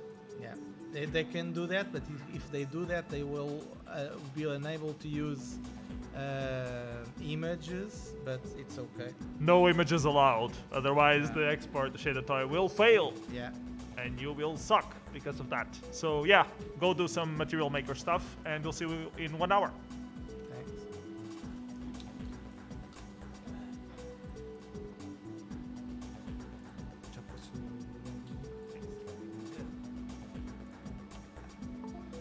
Olha, só uma dica.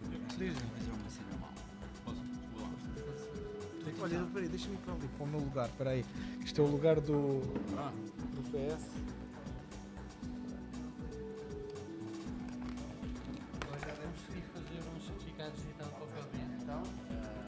Olha, boa. Olha, eu vou só explicar. Tu o que é que achaste aqui deste Material Maker? Deste nome? Então, o que é que está primeiro lá à direita? Não estou a exagerar. O que é que está à direita?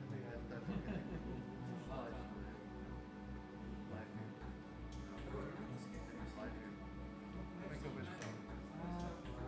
Oi? Eu sei que eu sou eu. Isto é o que está ali à direita. Então, se queres à direita, quero mudar isto para... Caralho! Então, agora bem. É um espetáculo. Caralho.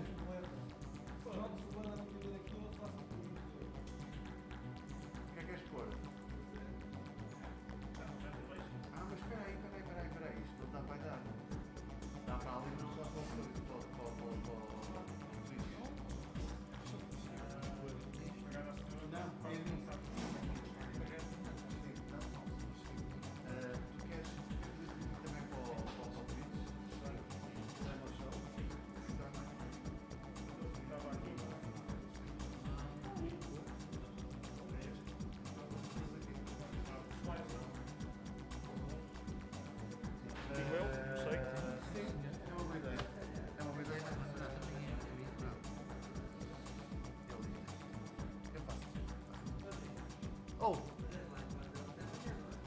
Sim. É até nós acordarmos. Amanhã de manhã, cedinho, bem cedinho.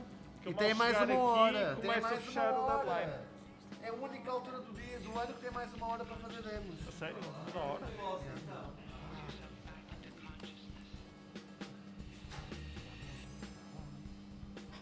Pronto. Só que é assim, para já Está um slide, não é? Ou seja, dá uns slides ali. Olha outra vez o mesmo. É só ir ao Google e apagar. Então, mas aqui não aparece como é que está o erro. O quê? Não aparece o quê? Posso apagar o da Paulo? Apaga o Paulo. Apaga o Paulo. Está apagado, faz lá refresh. Tens de fazer space e essa outra vez. Está a correr aí, cara. Está a correr aqui. S. Agora estou a filmar. Estou a filmar. Sim. Então, espera aí.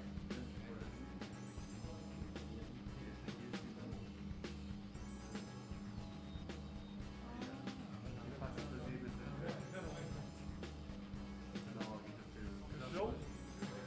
Era até porque está para o Wi-Fi, não é? Sim, ok, mas onde é que vamos tocar as bandas?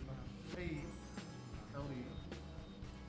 Vamos esperar aqui. Espera, se calhar para veres melhor, queres pôr, tipo, em vez de ser externo, queres pôr isso no mesmo? Ou como é que queres fazer? Aonde é que está o ecrã? Está em cima? Está à direita. direita? Só que o lugar está escondido por CSS. F11, queres ser full screen. Mas não vais conseguir ver nada, óbvio. Faz assim. Scroll. P. Onde é que está o P? Acho que não fiz o P, está ali.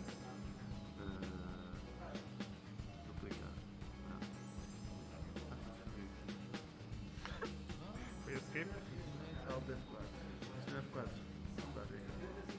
Ih, com cara. Por que é que está assim? Meteste zoom. Por que meteste zoom? Não sei no que faz zoom. Está menos 200? Lupa. Não sei. Pronto, agora faz aí. Só que agora... E o som está a vir daqui? Não. Não está a vir aí. Espera aí. Com caraças.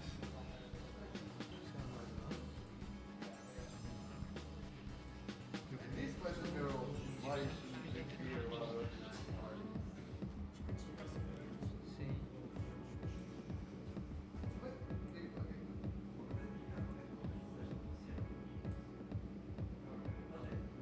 Oh! Pergunta ao Hugo. Hugo. Hugo, olha o Jerry. Alien! Há aqui pessoas bêbadas que querem beber e não conseguem, coitadinhas. Eu não sei. Eu já vou. Espera um bocadinho. Trata deles, faz favor.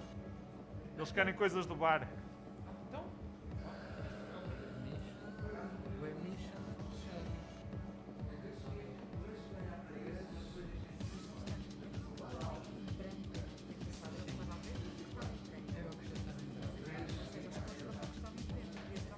O que é que isto nos a dar? Não sei. Espera aí. Bomba.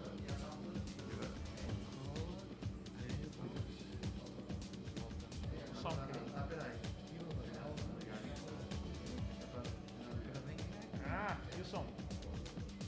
Calma. E o som? E o som? Calma. O som? Calma. Não está a ser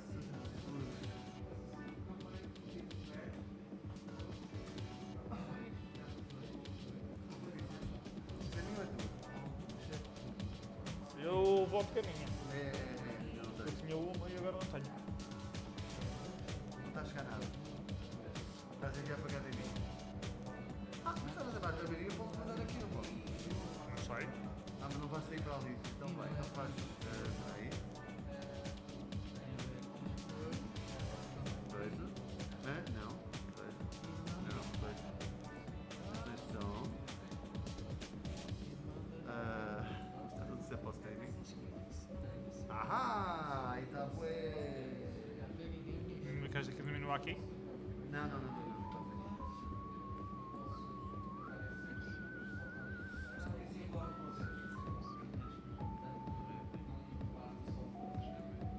Mais do que?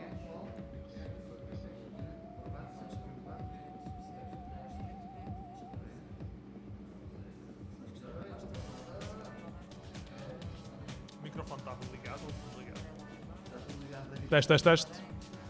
The microphone is still on. We are still to get demos playing on the big screen. Any moment now.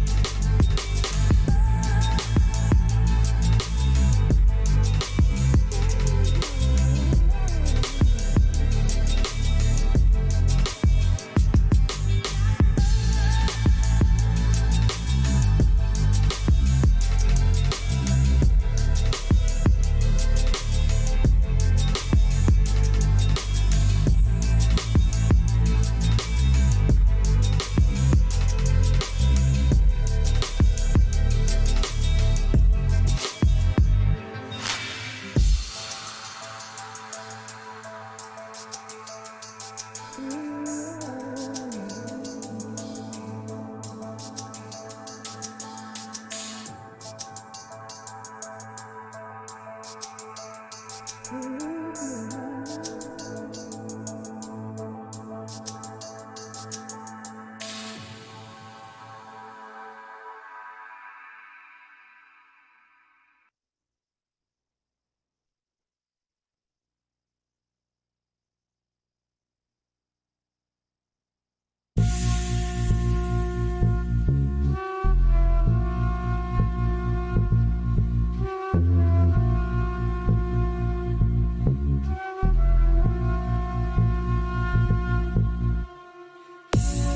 monk asked Baudsound, "What is Buddha?" Baudsound said, "A sangha."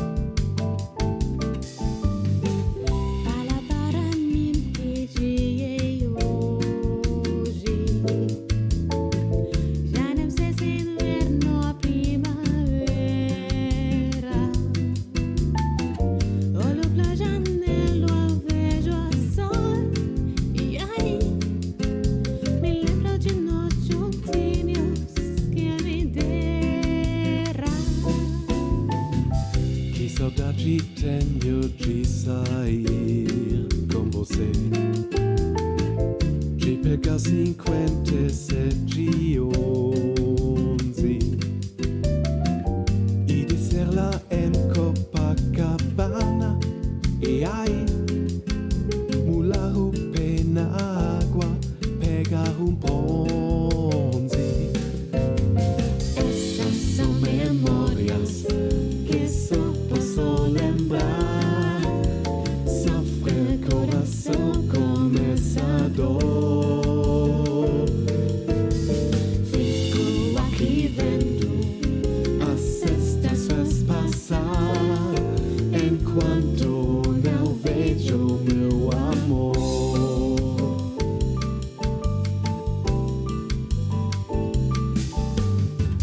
Nada faz sentido nesse mundo,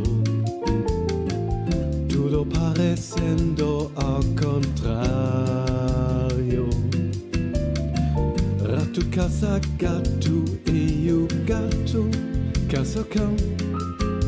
Mas nesse filme a gente solitário. Que saudade tenho de dançar com você.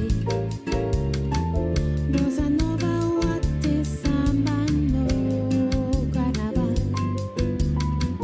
Toda noite até nascer o sol. E aí, voltar até pra casa. Que legal. Essas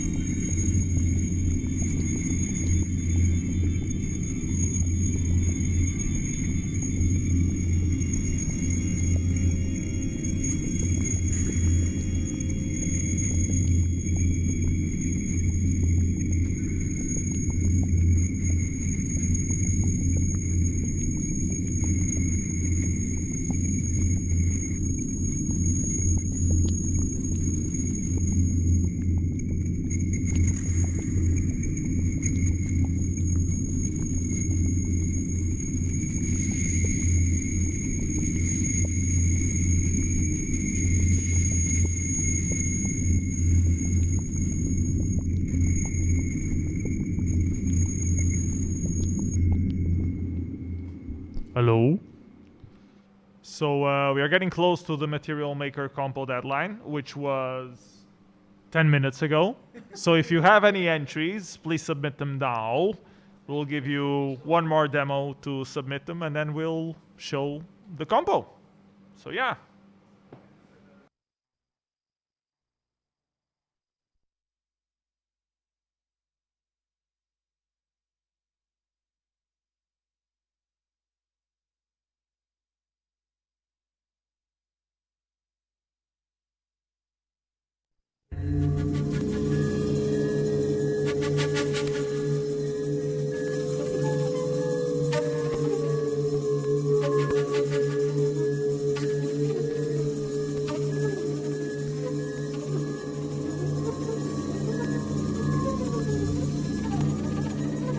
I've got absolutely no fucking reply. He's probably huddling with a TUC.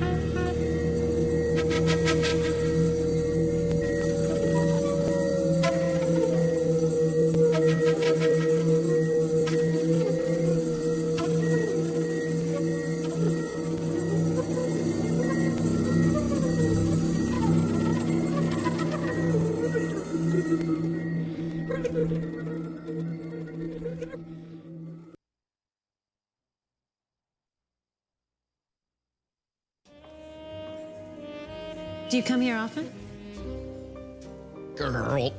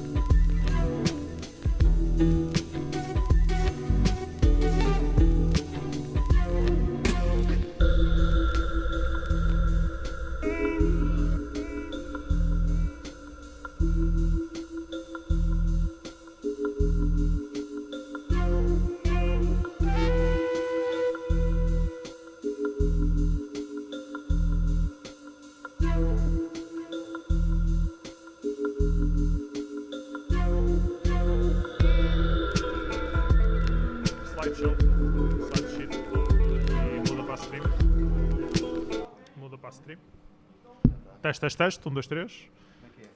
Hello. So we're gonna have a compo now, which should be the compo of Material Maker with background music by random demo vibe selection, curated by Will Be and Genio, more or less. And we should have the slide for the entry number 1, maybe. And let us know on the stream if everything is okay. That's not quite right. I know what is wrong. Do you let the professional handle it?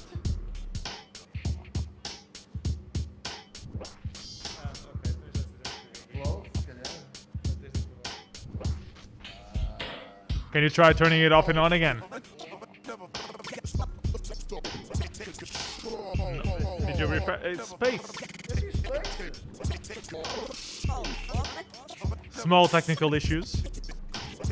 After 5 beers, Genio does not know how to update. No, change to another compo, another announcement, and then change it back to Material Maker compo. Garga, you have an issue to submit about Woohoo. If you change the setting of an entry while you're already showing the slides, it doesn't auto-update, even if you press slide, space. Okay. Yeah, here we go. We can do this. And now we can show the actual entry.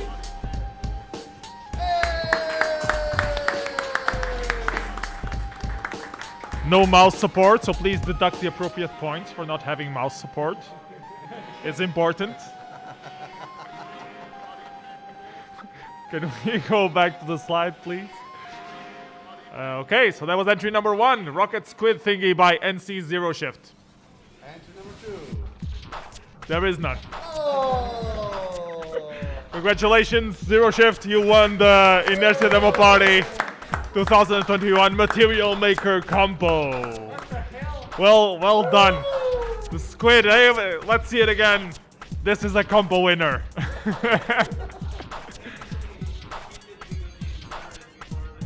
Oh, and he cheated! You're gonna get this. The only entry just got disqualified from the compo. We apologize for the drama, but this is Inércia, that's how we roll. Anyways, that's the compo we have for now. We are going to test a few things for the seminar for tomorrow. We are going to test a few things for Baudsound for the shader Royale.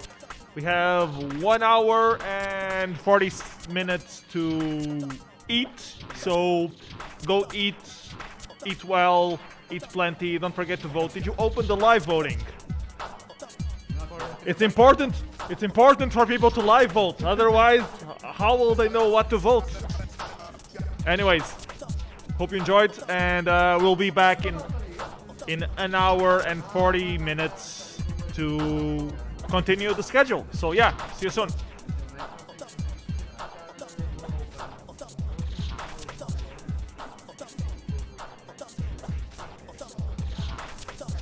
calhar agora já não vale a pena.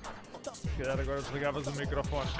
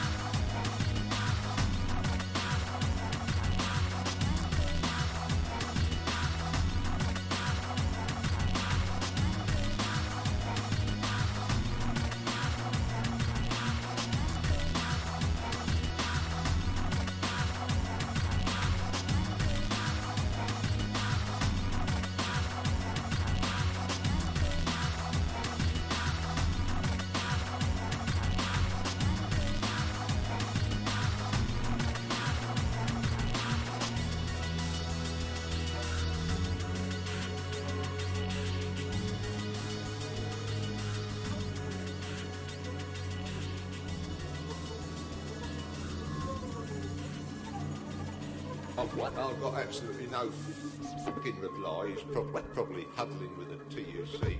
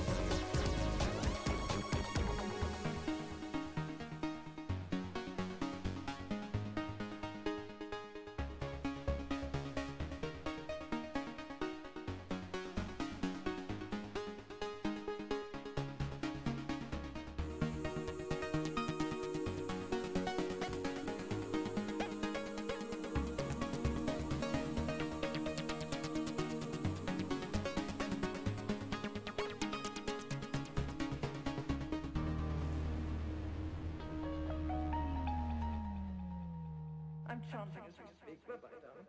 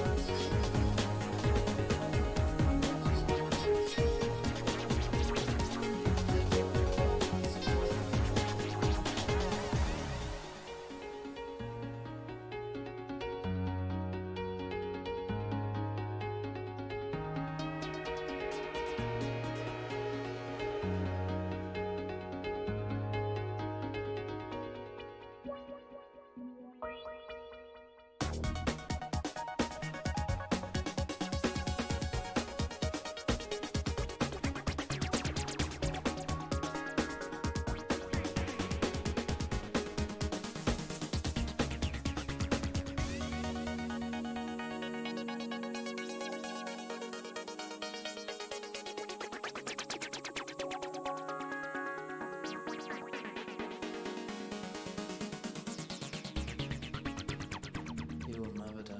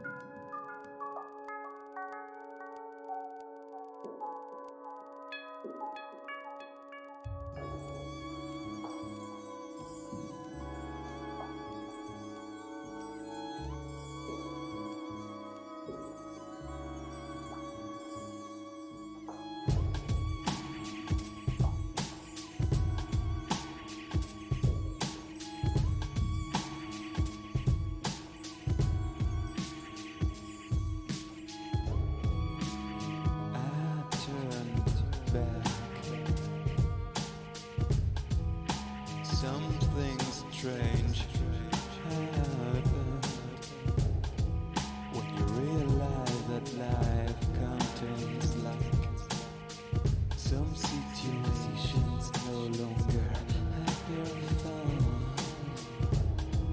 and you know that reason is the only goal. You have to follow in the sweet, in the blow. For heaven's sake, for the wind to blow. My soul needs a light to follow. I was sure it would never happen,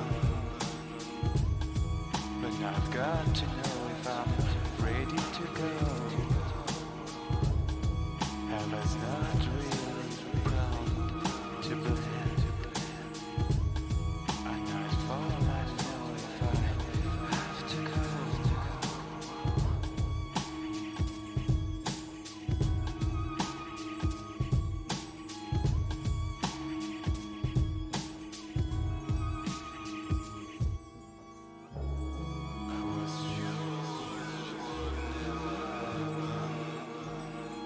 Look at us, for example. We're state-of-the-art. Controlled metabolisms, computer-enhanced brains, cybernetic bodies. Not long ago, this was science fiction.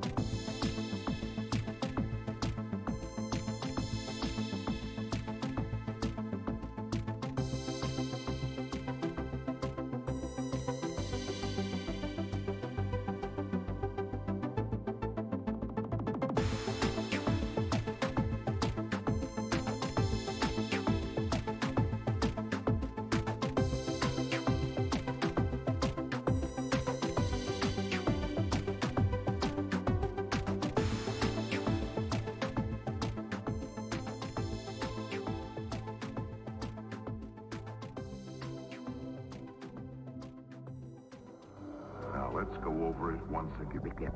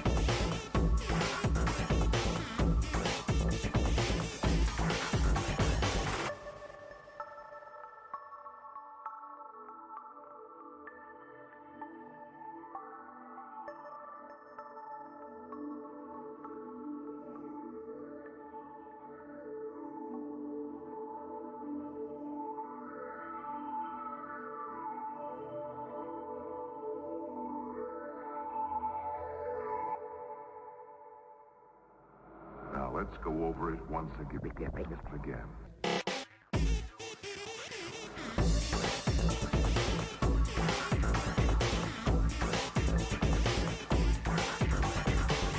Ellie is asked to determine what object doesn't belong. She correctly picks the child. She chooses correctly over 90% of the time. This test indicates that children use reason and make choices based on changing patterns in their world.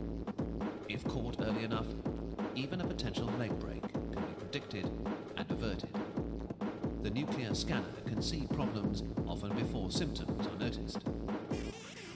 We got a lead. We got a lead. We got a lead. We got a lead. We got a lead. We got a lead. We got a lead. We got a lead.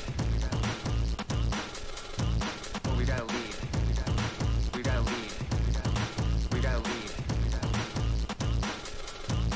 We got a lead. We got a lead. We got a lead.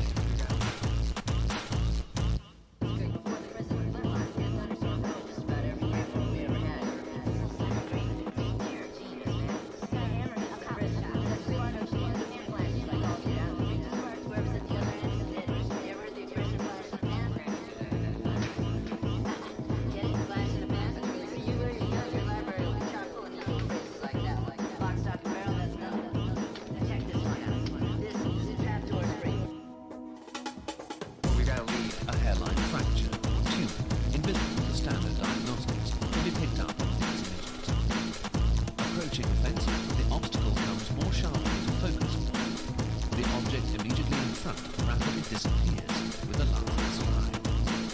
Their visual skills make voluntary jumping quite a challenge, since their only blind spots are directly in front of their noses and directly behind their tails.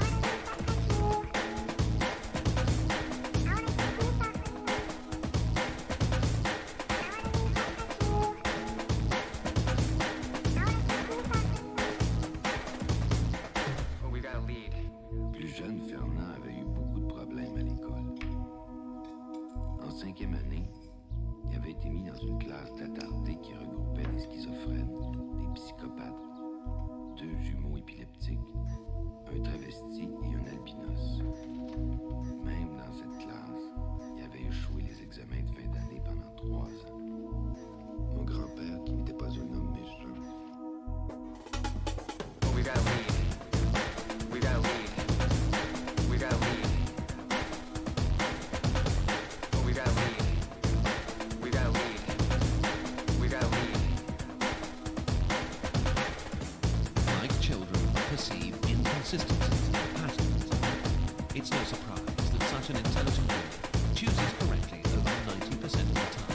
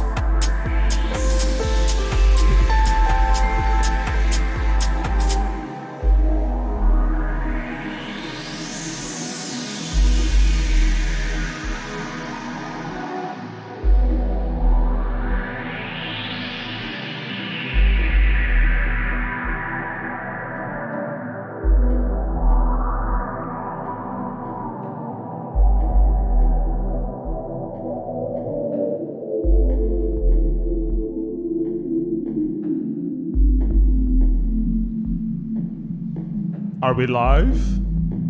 What about now? Are we live now? Can you hear us on the stream? Can we hear some bananas written on the stream if you can hear us? Right, banana split.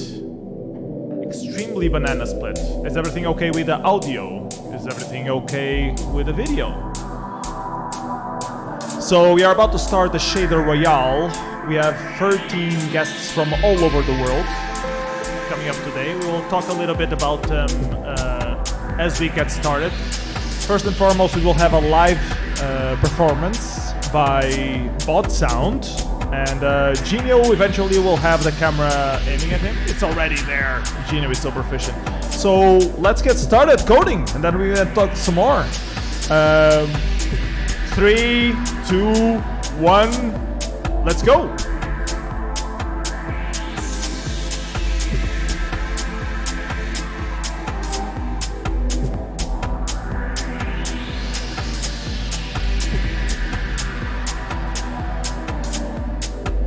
I thought the sound was still Demo Vibes playing, and no, it's Baudsound already. It's seamless transition. You can start coding, yes, Alien has said so, so it must be true. So this is how the system works. You can go to woohoo.inercia.pt and you can vote on who you think has the bestest ever effect right now. And you can change your vote how many times you want. And at some point in time, I will say that we're about to vote someone out. That will be in 25 minutes from now. And at that point, we will be cutting some contestants out. So yeah, let's take a look at what our contestants can do. And get ready to vote and enjoy the music. Yeah, live voting is already on, isn't it? It should be.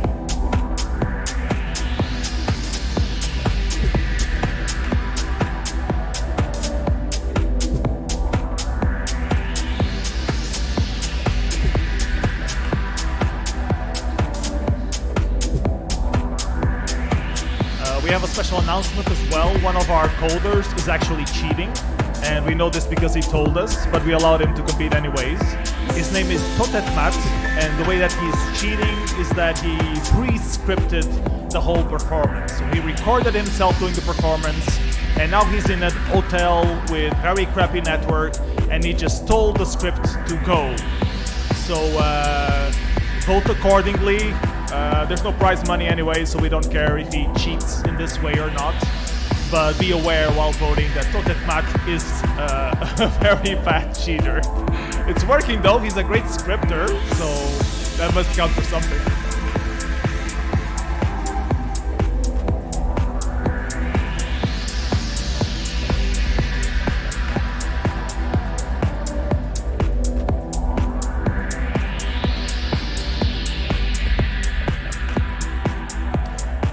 About Totetmat, he prepared us some thingies which I will try to show, which will help us know which contestant is which.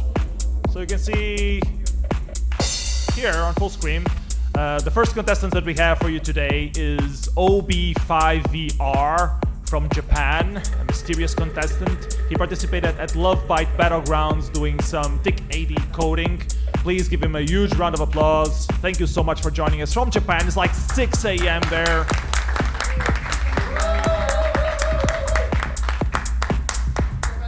Next up, no, he's still awake. He stayed awake for the event. Next up we have Alkama, which is the provider of the server from which we run all this shader live coding shenanigans. From France, he participated shit tons of other stuff before. Before he participated live coding, he was also a DJ for these sets. He was asking me, do you need a DJ?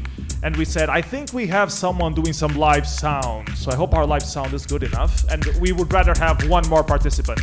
So thank you, Alkama, for participating today. Everybody, please give him a huge round of applause. I'm a tiny cube from a tiny layer, like the soul world. Cube for everyone. Next participant we have Cosa Mentali is the eternal second place. He won second place every single place he participated on. He should have won at least half of those, in my humble opinion. Cosa Mentali, great artist, also from France. Please everybody give him a huge round of applause as Paulo Falcão trips on something.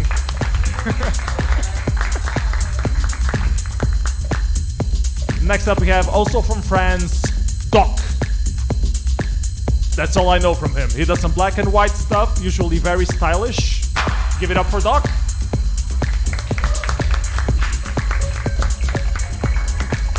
Next contestant we have, she focuses on geese, because geese are important, geese need to be everywhere, and she likes to shade coat some geese. Very much looking forward to what Emma's gonna do today. Everybody please give it up for an amazing goose.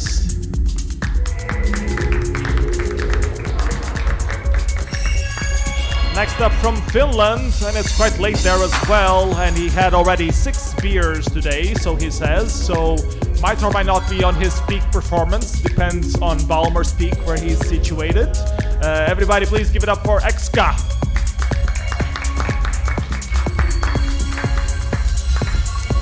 From Chile, he was the newcomer last year at Inércia Demoparty, the first party he ever participated, got 5th place. Then he got 2nd place at Ogmane, he almost won the whole thing. And then he went back on the OMCG and had a bad turn. But he's back for more, he's still learning to move some more shader coding. Live from Chile, everybody please give it up for Lechuga Feliz.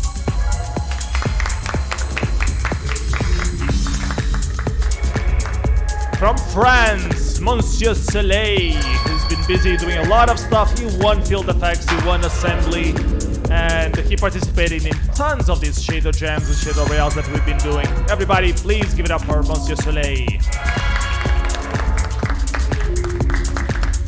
Who else do we have participating? From Russia with love, the original shader live coding champion, Provod. He won Weekend 2013 and is still active all these years after. Everybody please give it up for Provod.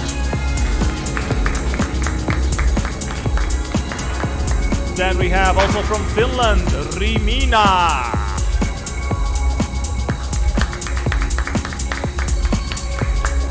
Straight after a 6-hour stream, she's streaming a little bit more to participate on this combo. So thank you so much, Rimina, for the effort. Hope you enjoyed the session.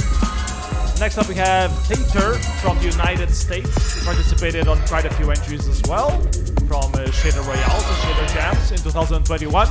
Relatively a newcomer to the demo scene. Hope you make him feel welcome. Everybody please give it up for Tater.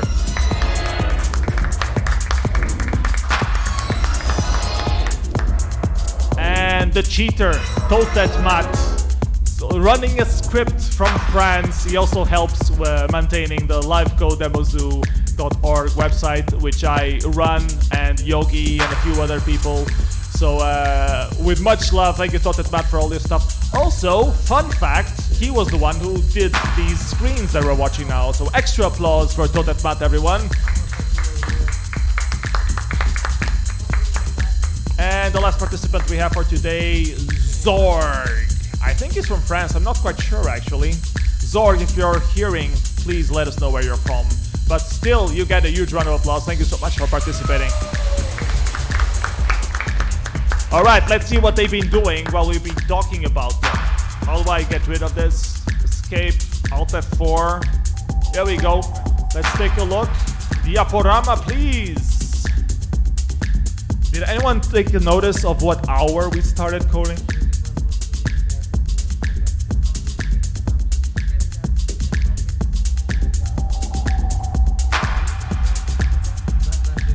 So apparently we started 13 minutes ago, so still 12 minutes left to go. And you can vote for what is your favorite participant so far. We'll go through every single participant on the main screen, and we will let you know when we are closing the live vote. So you can update at any time. Don't be alarmed. Enjoy the show for now. We have 12 more minutes of banging live music from Baudsound.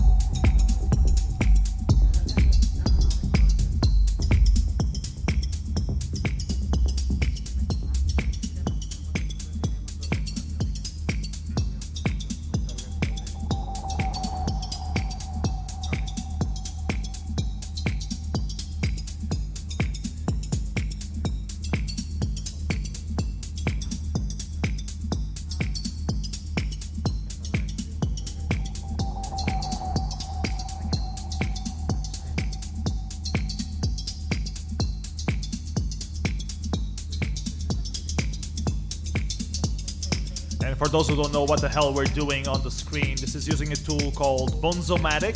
And Alien, you have all the links ready to post, don't you?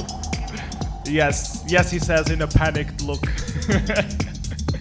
We have some links where you can learn more about what we are using and how you can get involved into doing shader live coding if that's your thing.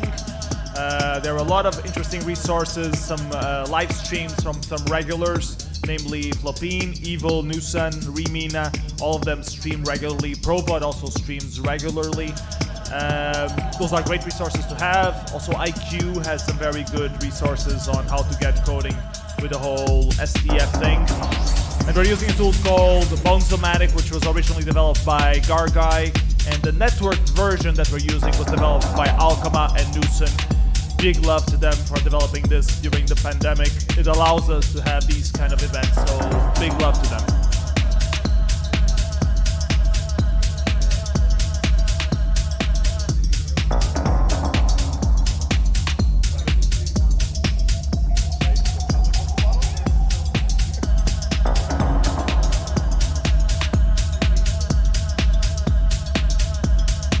Genio is checking if the sound is okay. Is it, Genio?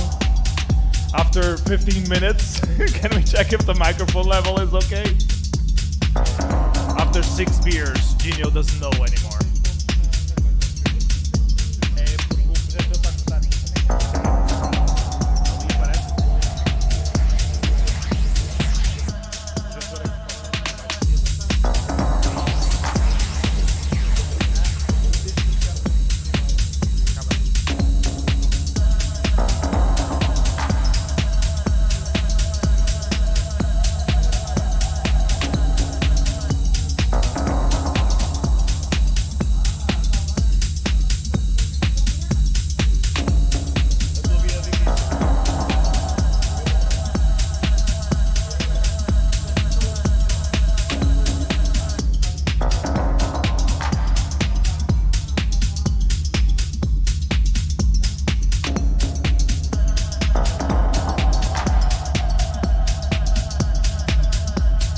Points for having the party logo.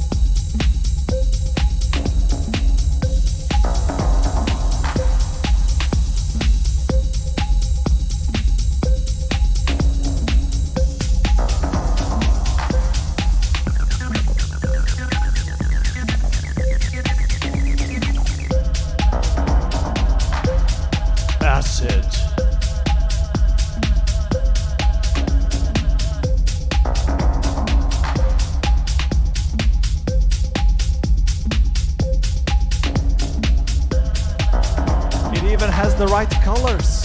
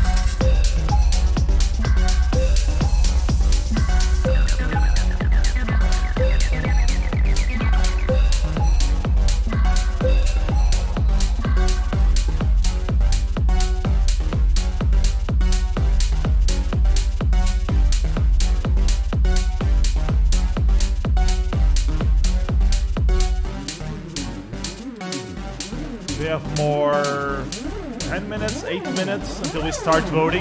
So if you haven't started voting, I recommend that you do so. If you're missing a vote key, ping Alien on Twitch and he will give you the vote key. Or on Discord, also works.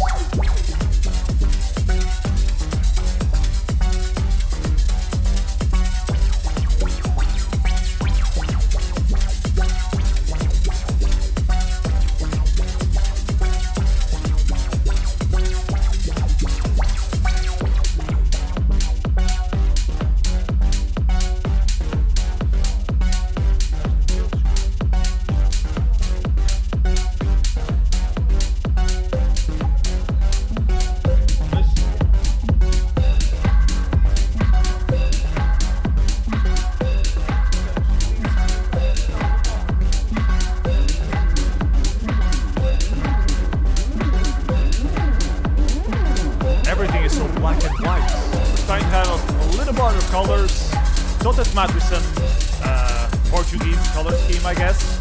It's not Dutch, at least. And a lot of browns as well. It's looking pretty cool. Let's do one more round and then we can open voting.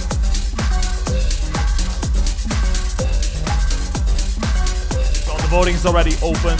We can start thinking about closing the voting. Is that better?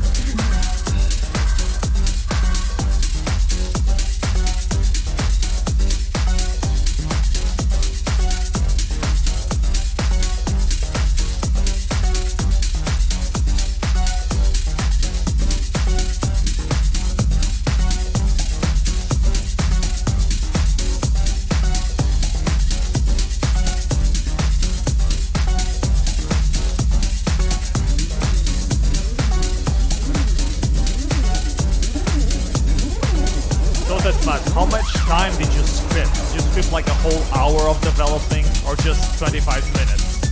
Let us know on the chat, because I know you're not coding, so you can chat with us. Just to know when we should kick you for having cheated.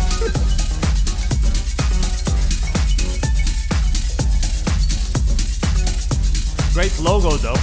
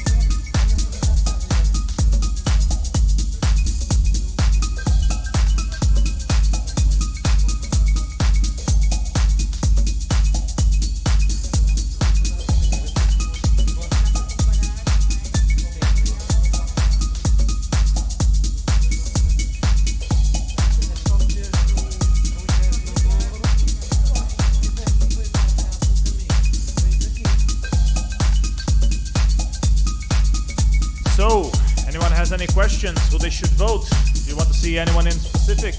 Well, too bad, because we already did all the rotations. You just see the mosaic view now and tune your votes. I can do a quick transition.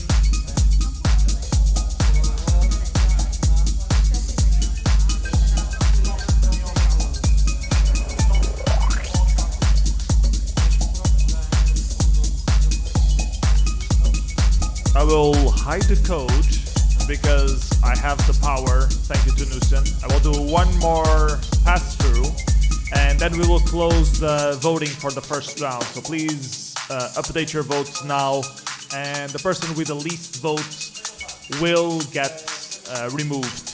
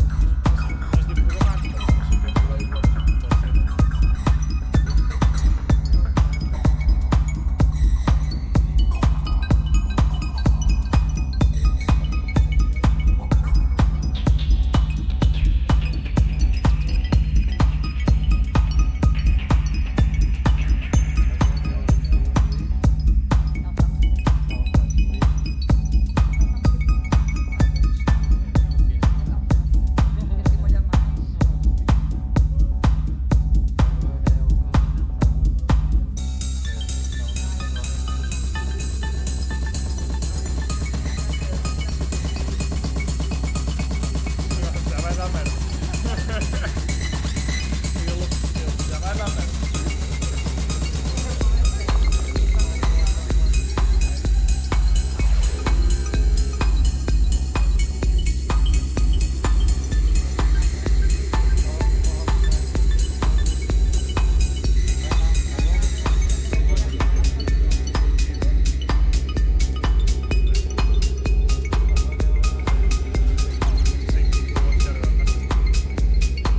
Okay, you saw all the people.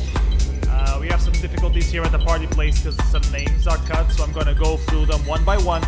So top left, we have, where's my mouse? Do I have a mouse?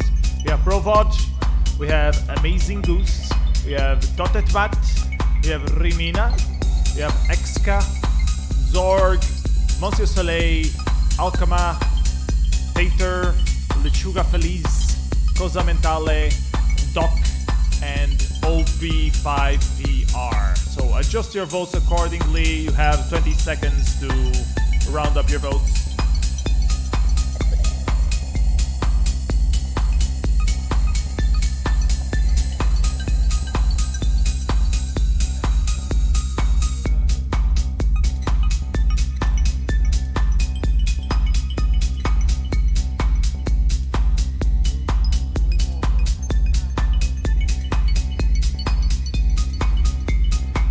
Cleaning up the screen.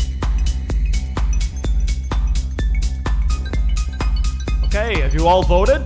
People on the chat, you want some more time? Too bad, because it's already been 20 seconds and we are about to close the voting. Alien, who is the first person who goes home? It's Emma Goose. Oh, Emma. Sorry, no more Goose today, but thank you so much for participating. She took a while to get something on screen. Unfortunately, it's the first person to get cut. Did you announce it on the Discord yet? Nobody will. The rest of the people keep coding. We have one more round. You can update your votes and then we will cut someone else. Everybody, please give a huge round of applause for Emma. She tried.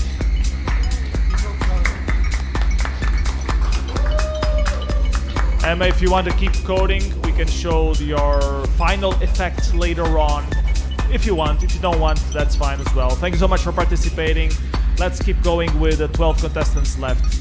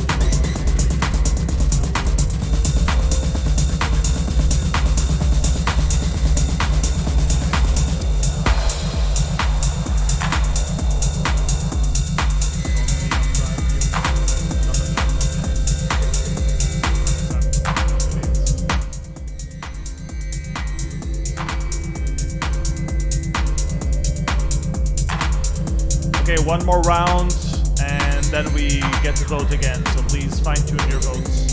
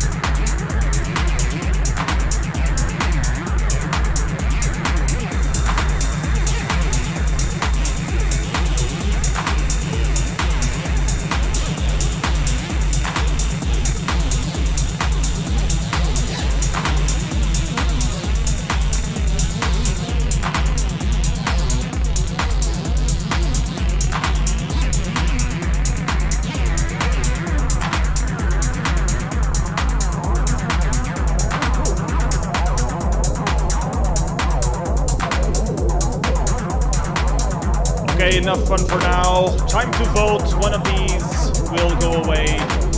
Totetmad has run out of script apparently, so I would slightly suggest that you would vote Totetmad out on this round, so we have live coders left and not scripts left. But that's just me. You can do what you want. It's a free world, it's a free voting system, and in 20 seconds, Alien will let me know what you have voted. So please fine-tune your voting accordingly.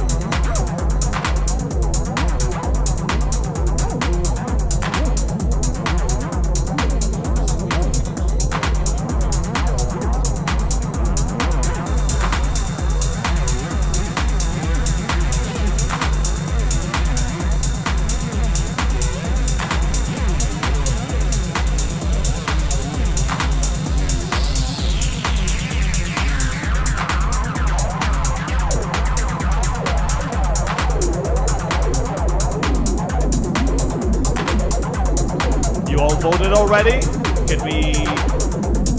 Can get rid of one more participant. Please refresh the results and let's see who will be going home. So, Alien, who is the next person who's gonna get cut? Provod. Provod, thank you so much for participating. It seems that From Russia with Love will have to stay for the next time. Thank you so much for participating though. Everybody please give a huge round of applause for Provod. Great looking in fact. Thank you so much. One more round and then we're gonna kick another person out. We're already running a bit late on schedule, so we also started late, so who cares? Party on!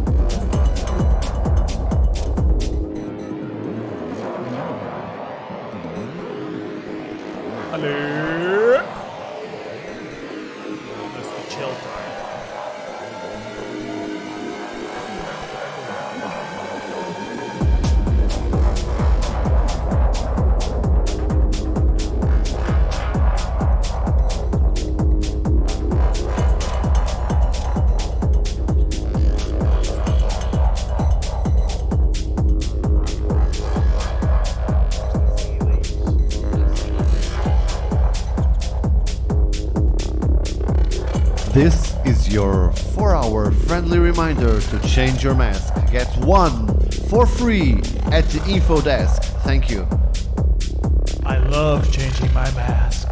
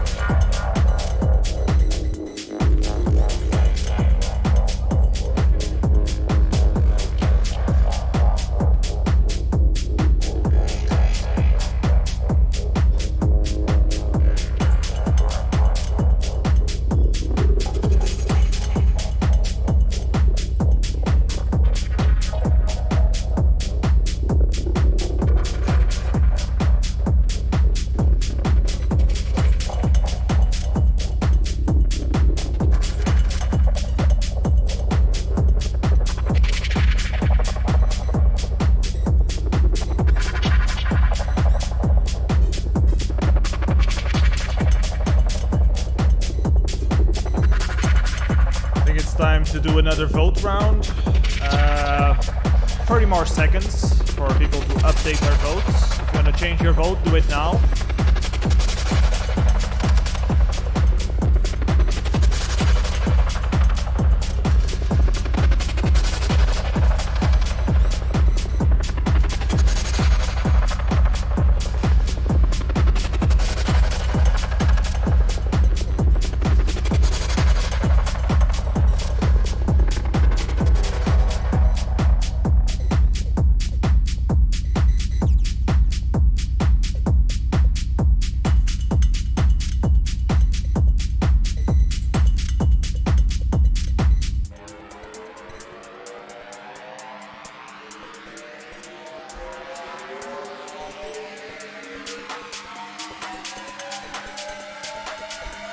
That must have been 30 seconds.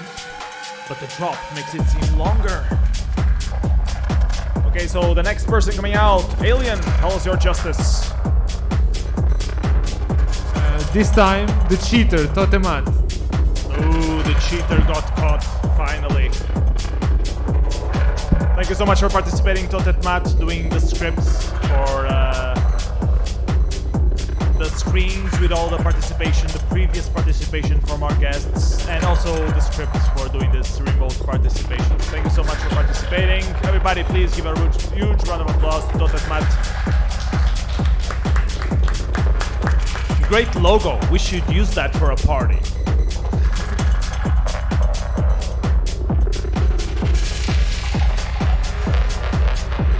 And then there were 10.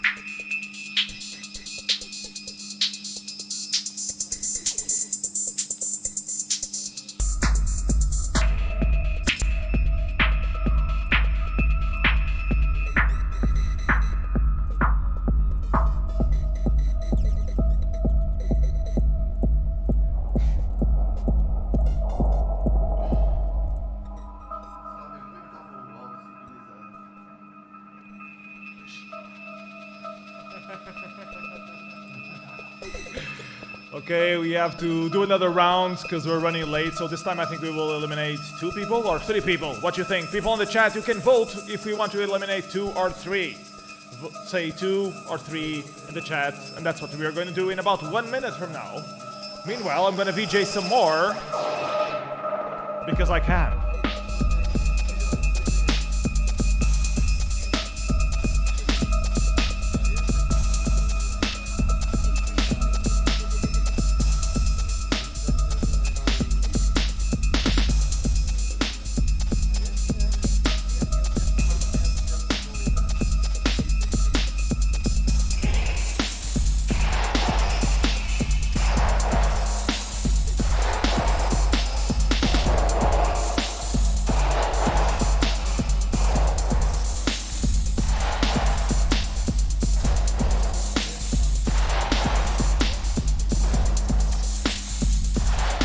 everyone wants this to last forever, apparently. So we're only going to eliminate 2 people. I'm going to show you the mosaic. And you have 30 seconds to update your vote starting from now. So please, if you want to change something, do it now.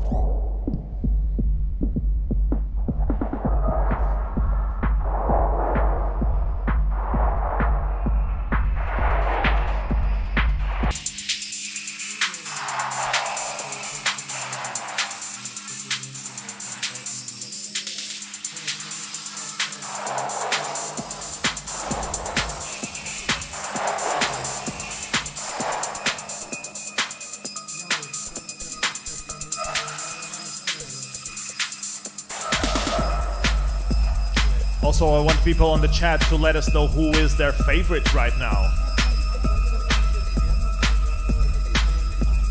Chuck is gonna say all of them.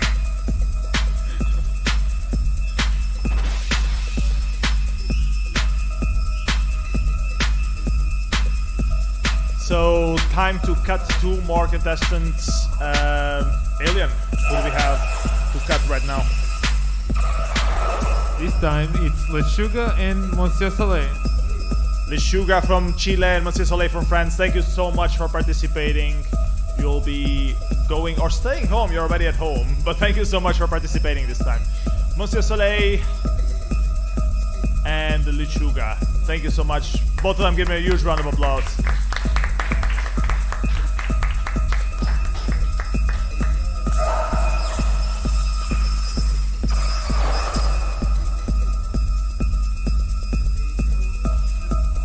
Then there were 8, which looks kind of weird on screen, but then we have space for the live act, so that's good.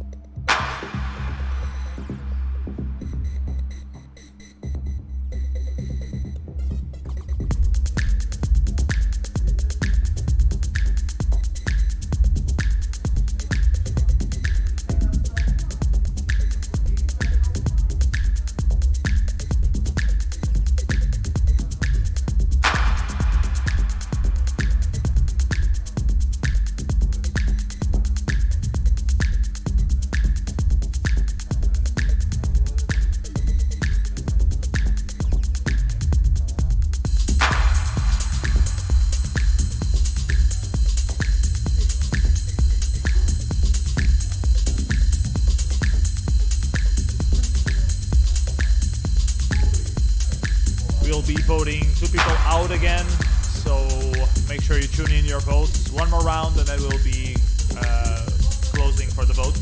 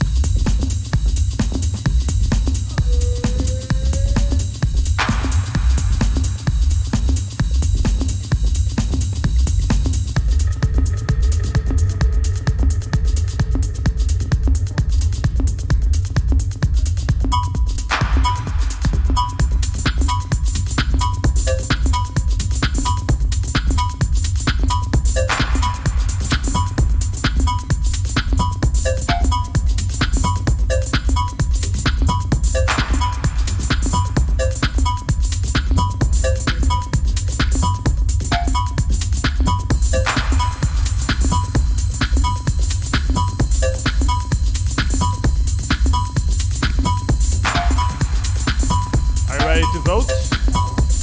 20 more seconds. There's a mosaic view. Vote accordingly, and we're going to kick 2 more people out from participating today. Vote wisely.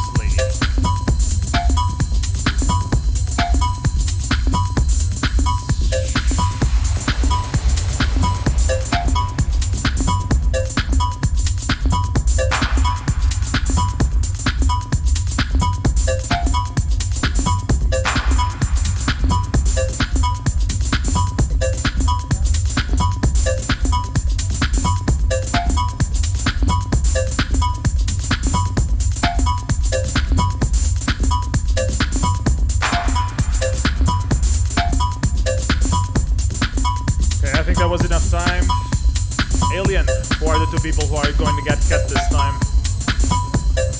This time we're losing Eska and Tater. Exka and Tater, thank you so much for participating. Exka and Tater. Everybody, please give them a huge round of applause. Great effects. Awesome shaders, in the wise words of Skara.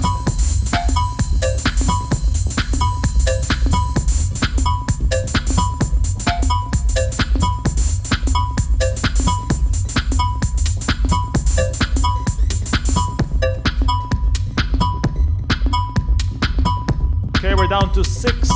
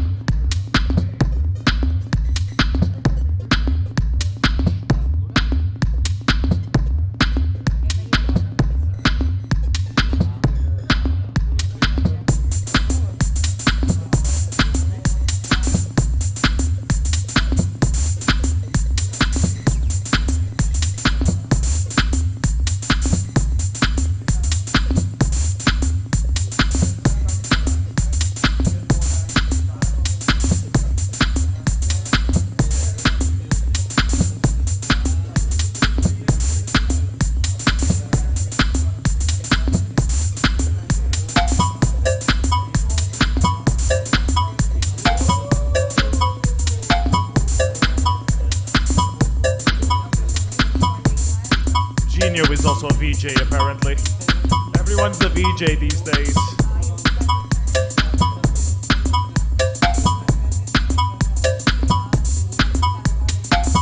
So we have to do another vote round because we're already running late on the compos. So we're gonna go one more pass, adjust your votes, and I think we're gonna kick 3 people out. So we have the top 3 left at the end. So important votes coming.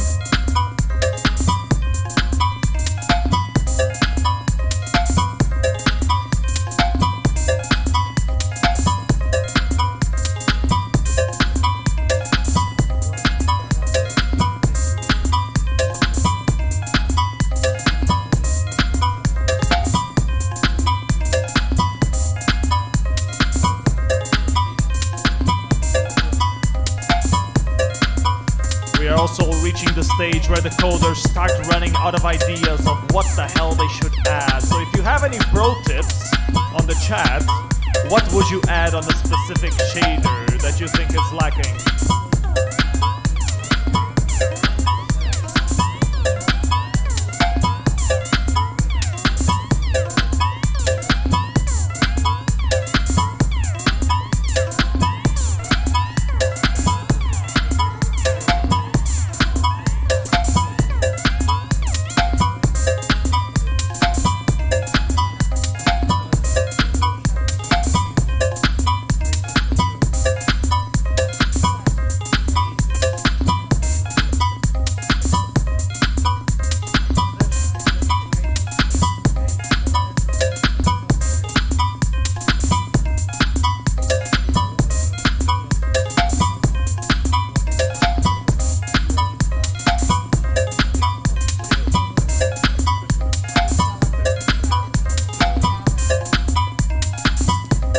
we're about to eliminate 3 people now, so adjust your votes accordingly. You have 30 seconds to do so.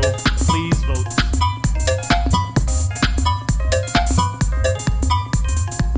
And after that, we will have our top 3 left. And we'll do a little VJ session with all of the shaders back.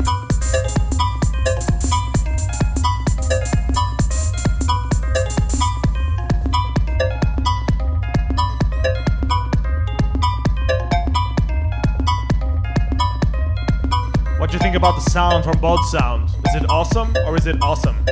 Could it use more cowbell maybe? I think it's good. I think it has enough quantity of cowbell. Okay, so voting about to close. Thank you so much. We're about to announce the 3 remaining people that are left on the competition. So, Alien. This time, Doc, Zorg, and Rimina. Thank you for participation.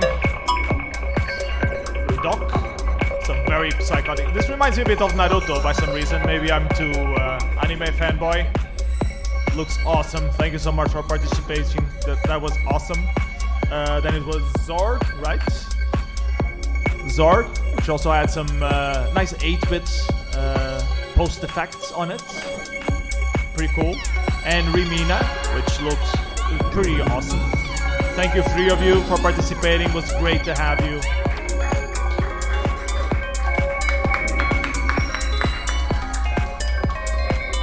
And then there were 3. Let's give it one more round to take a look at these, and then we will have to announce the winner and do like 5-10 minutes extra of just VJing with all the stuff so we can party without the stress of voting.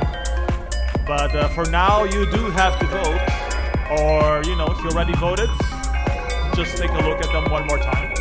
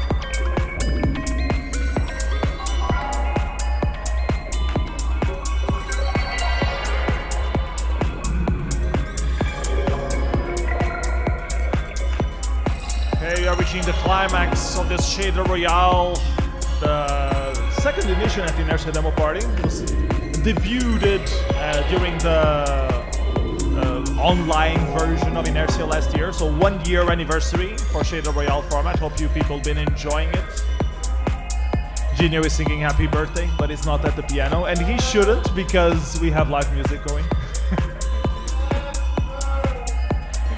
So yeah, we need to find a winner, and your vote matters, so we are about to close the voting in 30 seconds, so please update your vote if you want to change anything.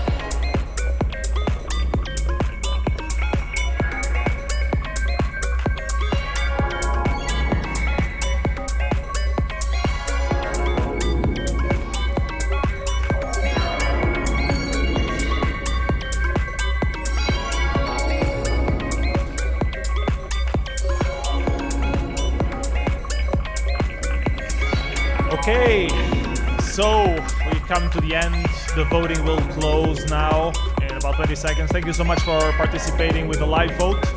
And after this, we will have the drone combo for a little of chill time after all this partying. But we still have to announce the winner and the third place and the second place. And jam a little bit with all the effects. So without any more further ado, in third place we have, with 65 points, Cosa Mentale. Thank you so much for participating, Cosa Mentale.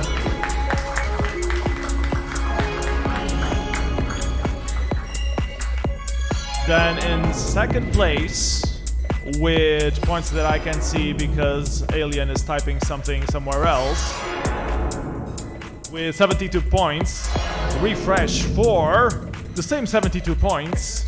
You have 0B5VR, which means our winner with the points that I can see because Alien changed is Alchema with 86 points. Congratulations, Alchema!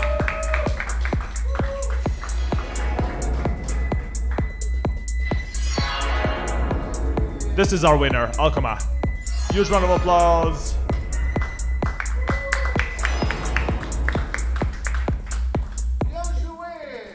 I'm gonna show all the shaders that we have in the mosaic, and if Baudsound gives me a beat and Genio wants to do some fancy VJing shit, we can try to have fun for 5 minutes or so before we close. But the compo is pretty much done at this point. Congratulations, Alchema.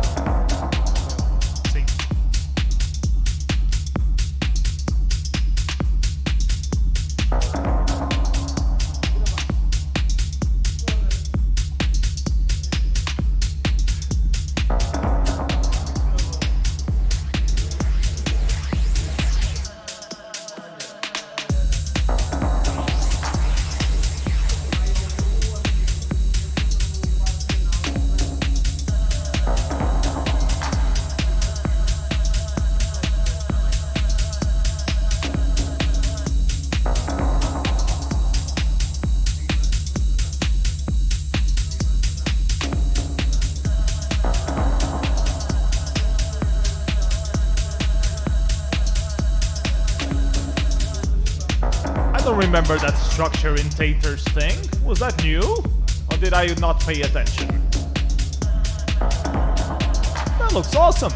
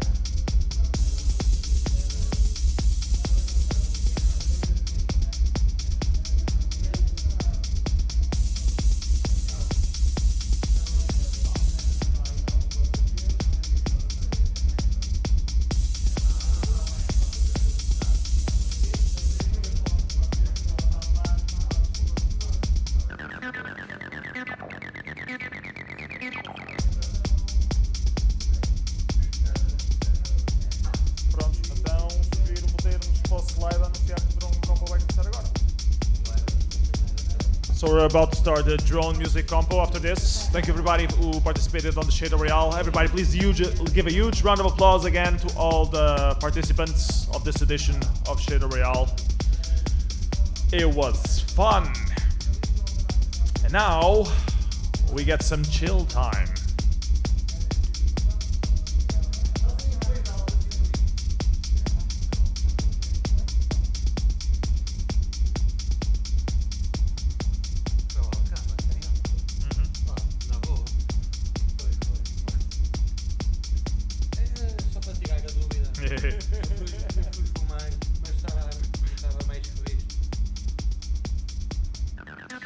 So the drone music compo will start soon.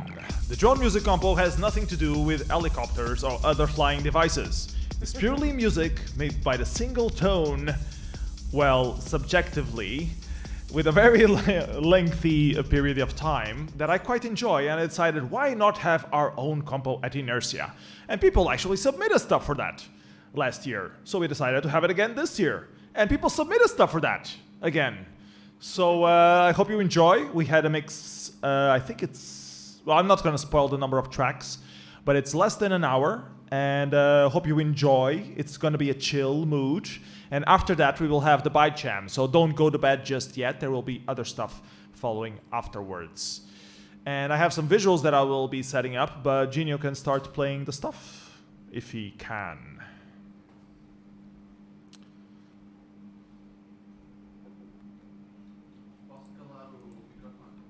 Patrz.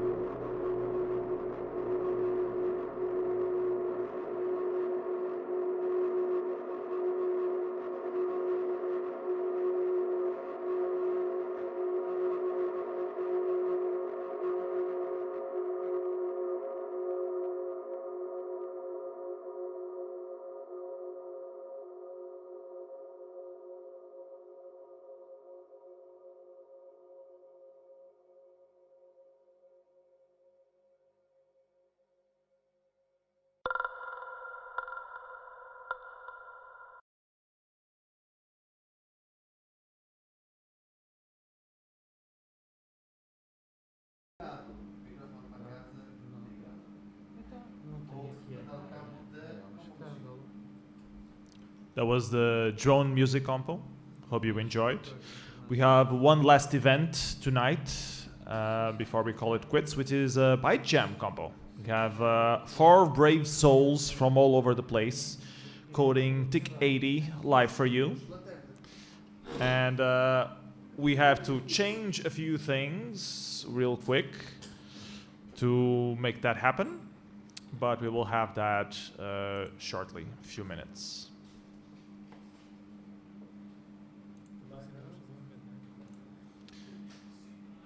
Aquilo estava a funcionar no embed, não, para não? Nossa, passou aí alto-falantes ligados, alguns deles.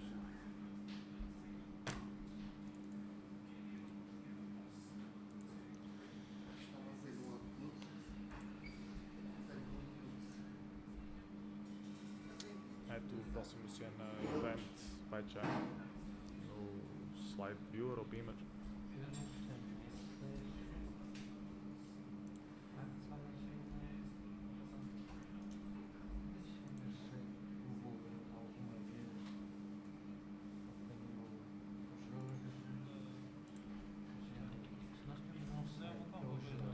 Não, é só um evento.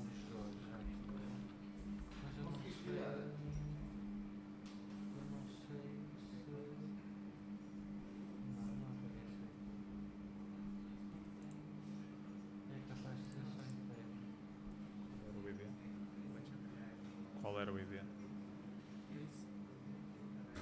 Não. Androidia.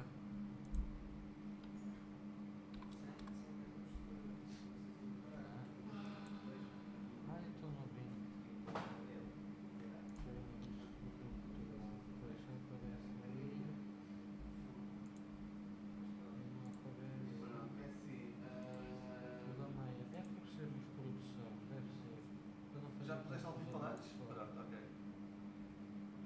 Teste? Hã? Não, se isso queres mandar som daí. Não queres som para aí, certo? Não posso falar porque tenho o microfone à minha frente. Eu desligo.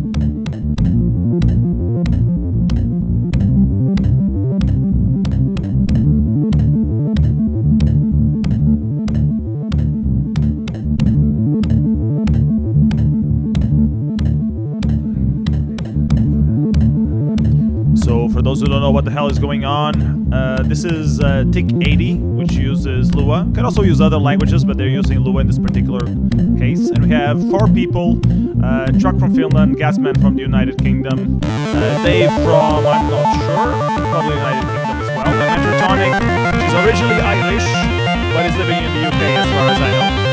And they're coding live, and we're going to switch between them. It's being organized by Outroid. Thank you so much for the host. And yeah, music by Mibri. So yeah, hope you enjoy this session. Will be around 1 hour, and maybe some banter on the chat as well, on the Twitch chat. So yeah, enjoy.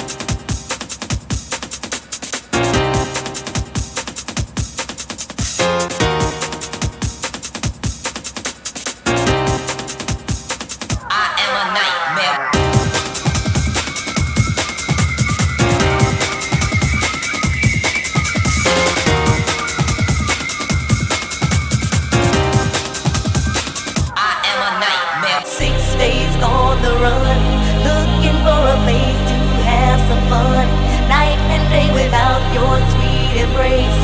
I'm going crazy. 6 days on the run, looking for a place to have some fun. Night and day without your sweet embrace. I'm going crazy. I am a nightmare.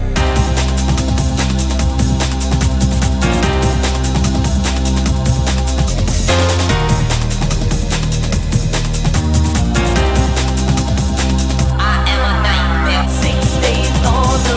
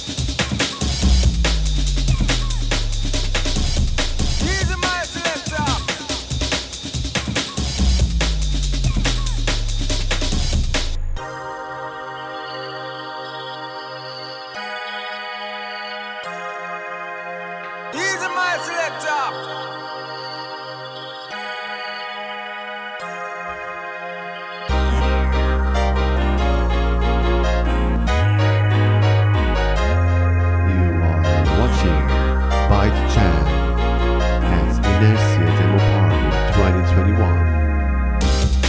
This is going to be the last Portuguese demo party this year. Also, it's the first Portuguese demo party this year.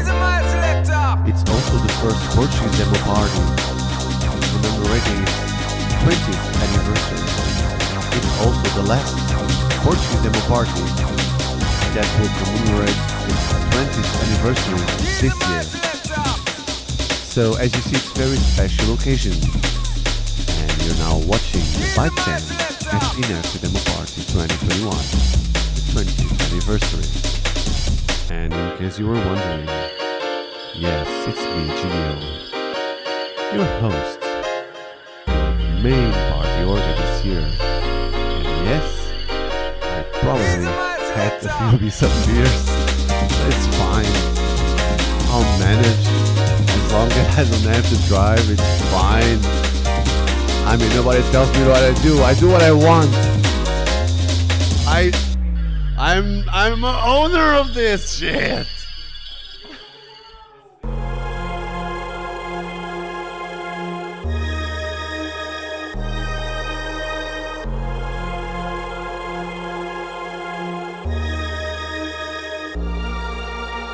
Once again I'm longing for your hungry touch, picturing you on me, I'm missing you so much. Midnight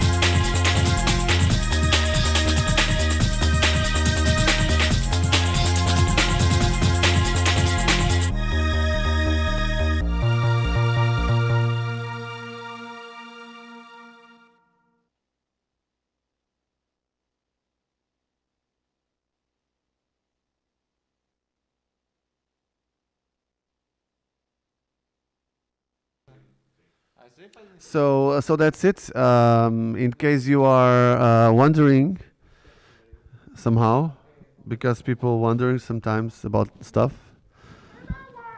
Hello. Yes, we're having a lot of fun here. Shame on you because you forgot to come. Oh yeah, the attempt to remember to attend virtual. Don't make stupid shit for me to say. Like it's hard to say with these slurs. Anyway, so yes, after party. Sorry, Kransky, for you after parties. It's I don't know. There's something else. Like for us, it's already so late. It's like 5 o'clock in the morning over here because of the time zone. No, it's not. We're joking. It's like I don't know what time is it. Yeah. So yeah, we're going to call it a night, and tomorrow we start early, not at 10. I wrote 10, but I'm stupid. We'll be here at 10, but the stream will start somewhere around I don't know 12 or for 1 or 2 or 3 or something like that. And then what? Oh yeah, we have the timetable here. So we're going to have tomorrow at 2 o'clock a talk with organizers. So this talk will be in Portuguese. To be like what happened today, but with sound working properly. Oh yeah? No, I mean no. The thing is no, because it's talk with organizers. I mean we can talk also in the stream, but it's going to be a talk in Portuguese because I want everybody to become part of the association in Inércia. You know, they don't know yet. Okay. Well, anyway, yes, we can talk a bit with you guys as well if you want, or you can just call me. You know, I'm always available. Just call me. Anyway, at 3 we're going to have the Theme Fest Compo, which will be merged with Surprise! It's going to be cancelled and we're going to do Scene PT Remix Compo instead. Oh yeah? Okay. Yeah, because we have 2 little entries on Scene PT. All right. And people should be doing more for those. True. Because it's cool and it's easy. This is actually the official announcement of the theme, So this is 1 o'clock in the morning in Portugal, and we are announcing officially that the theme is going to be a remix of any Portuguese production. So basically, the themed fest compo is the scene.pt remix compo. Somebody should put that on the website. Maybe me. In the morning, yeah, exactly, or whatever. Anyway, this will be nice. Then we have graphics and a seminar by Boo 342 about Nintendo 64. Then a lot of compos, then summer compos, then food and more compos, then it's over. So anyway, it's going to be very nice tomorrow. I hope you guys can make it. And in case, can you remix PS stuff or does that? No, it counts. Of course it counts. Yes. I mean, he's Portuguese, so you can remix everything if you want.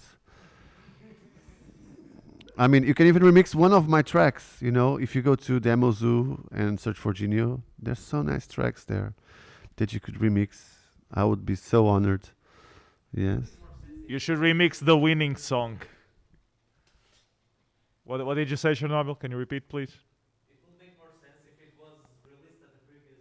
It would make more sense if it would be released at the previous Inércia. It's not mandatory, but that's a nice thought. Bonus points, Chernobyl says. Yeah. Whatever. Yeah. So that's it. That's it. Good night. Have a nice rest or a nice after party, and we'll see each other tomorrow or not. Who knows? Maybe we all die tonight. Jesus Christ. On a lighter note, I might have had some beers, so it's fine. Don't take it like everything I say. I'm not driving, by the way. I'm just going. I'm going to be driven. So so tomorrow I'm proud to announce that live act tomorrow. If I get this drunk, I'll be playing piano for you guys. This will be the live act. So who knows? Okay, guys, take care, man. See you and bye. Stop streaming.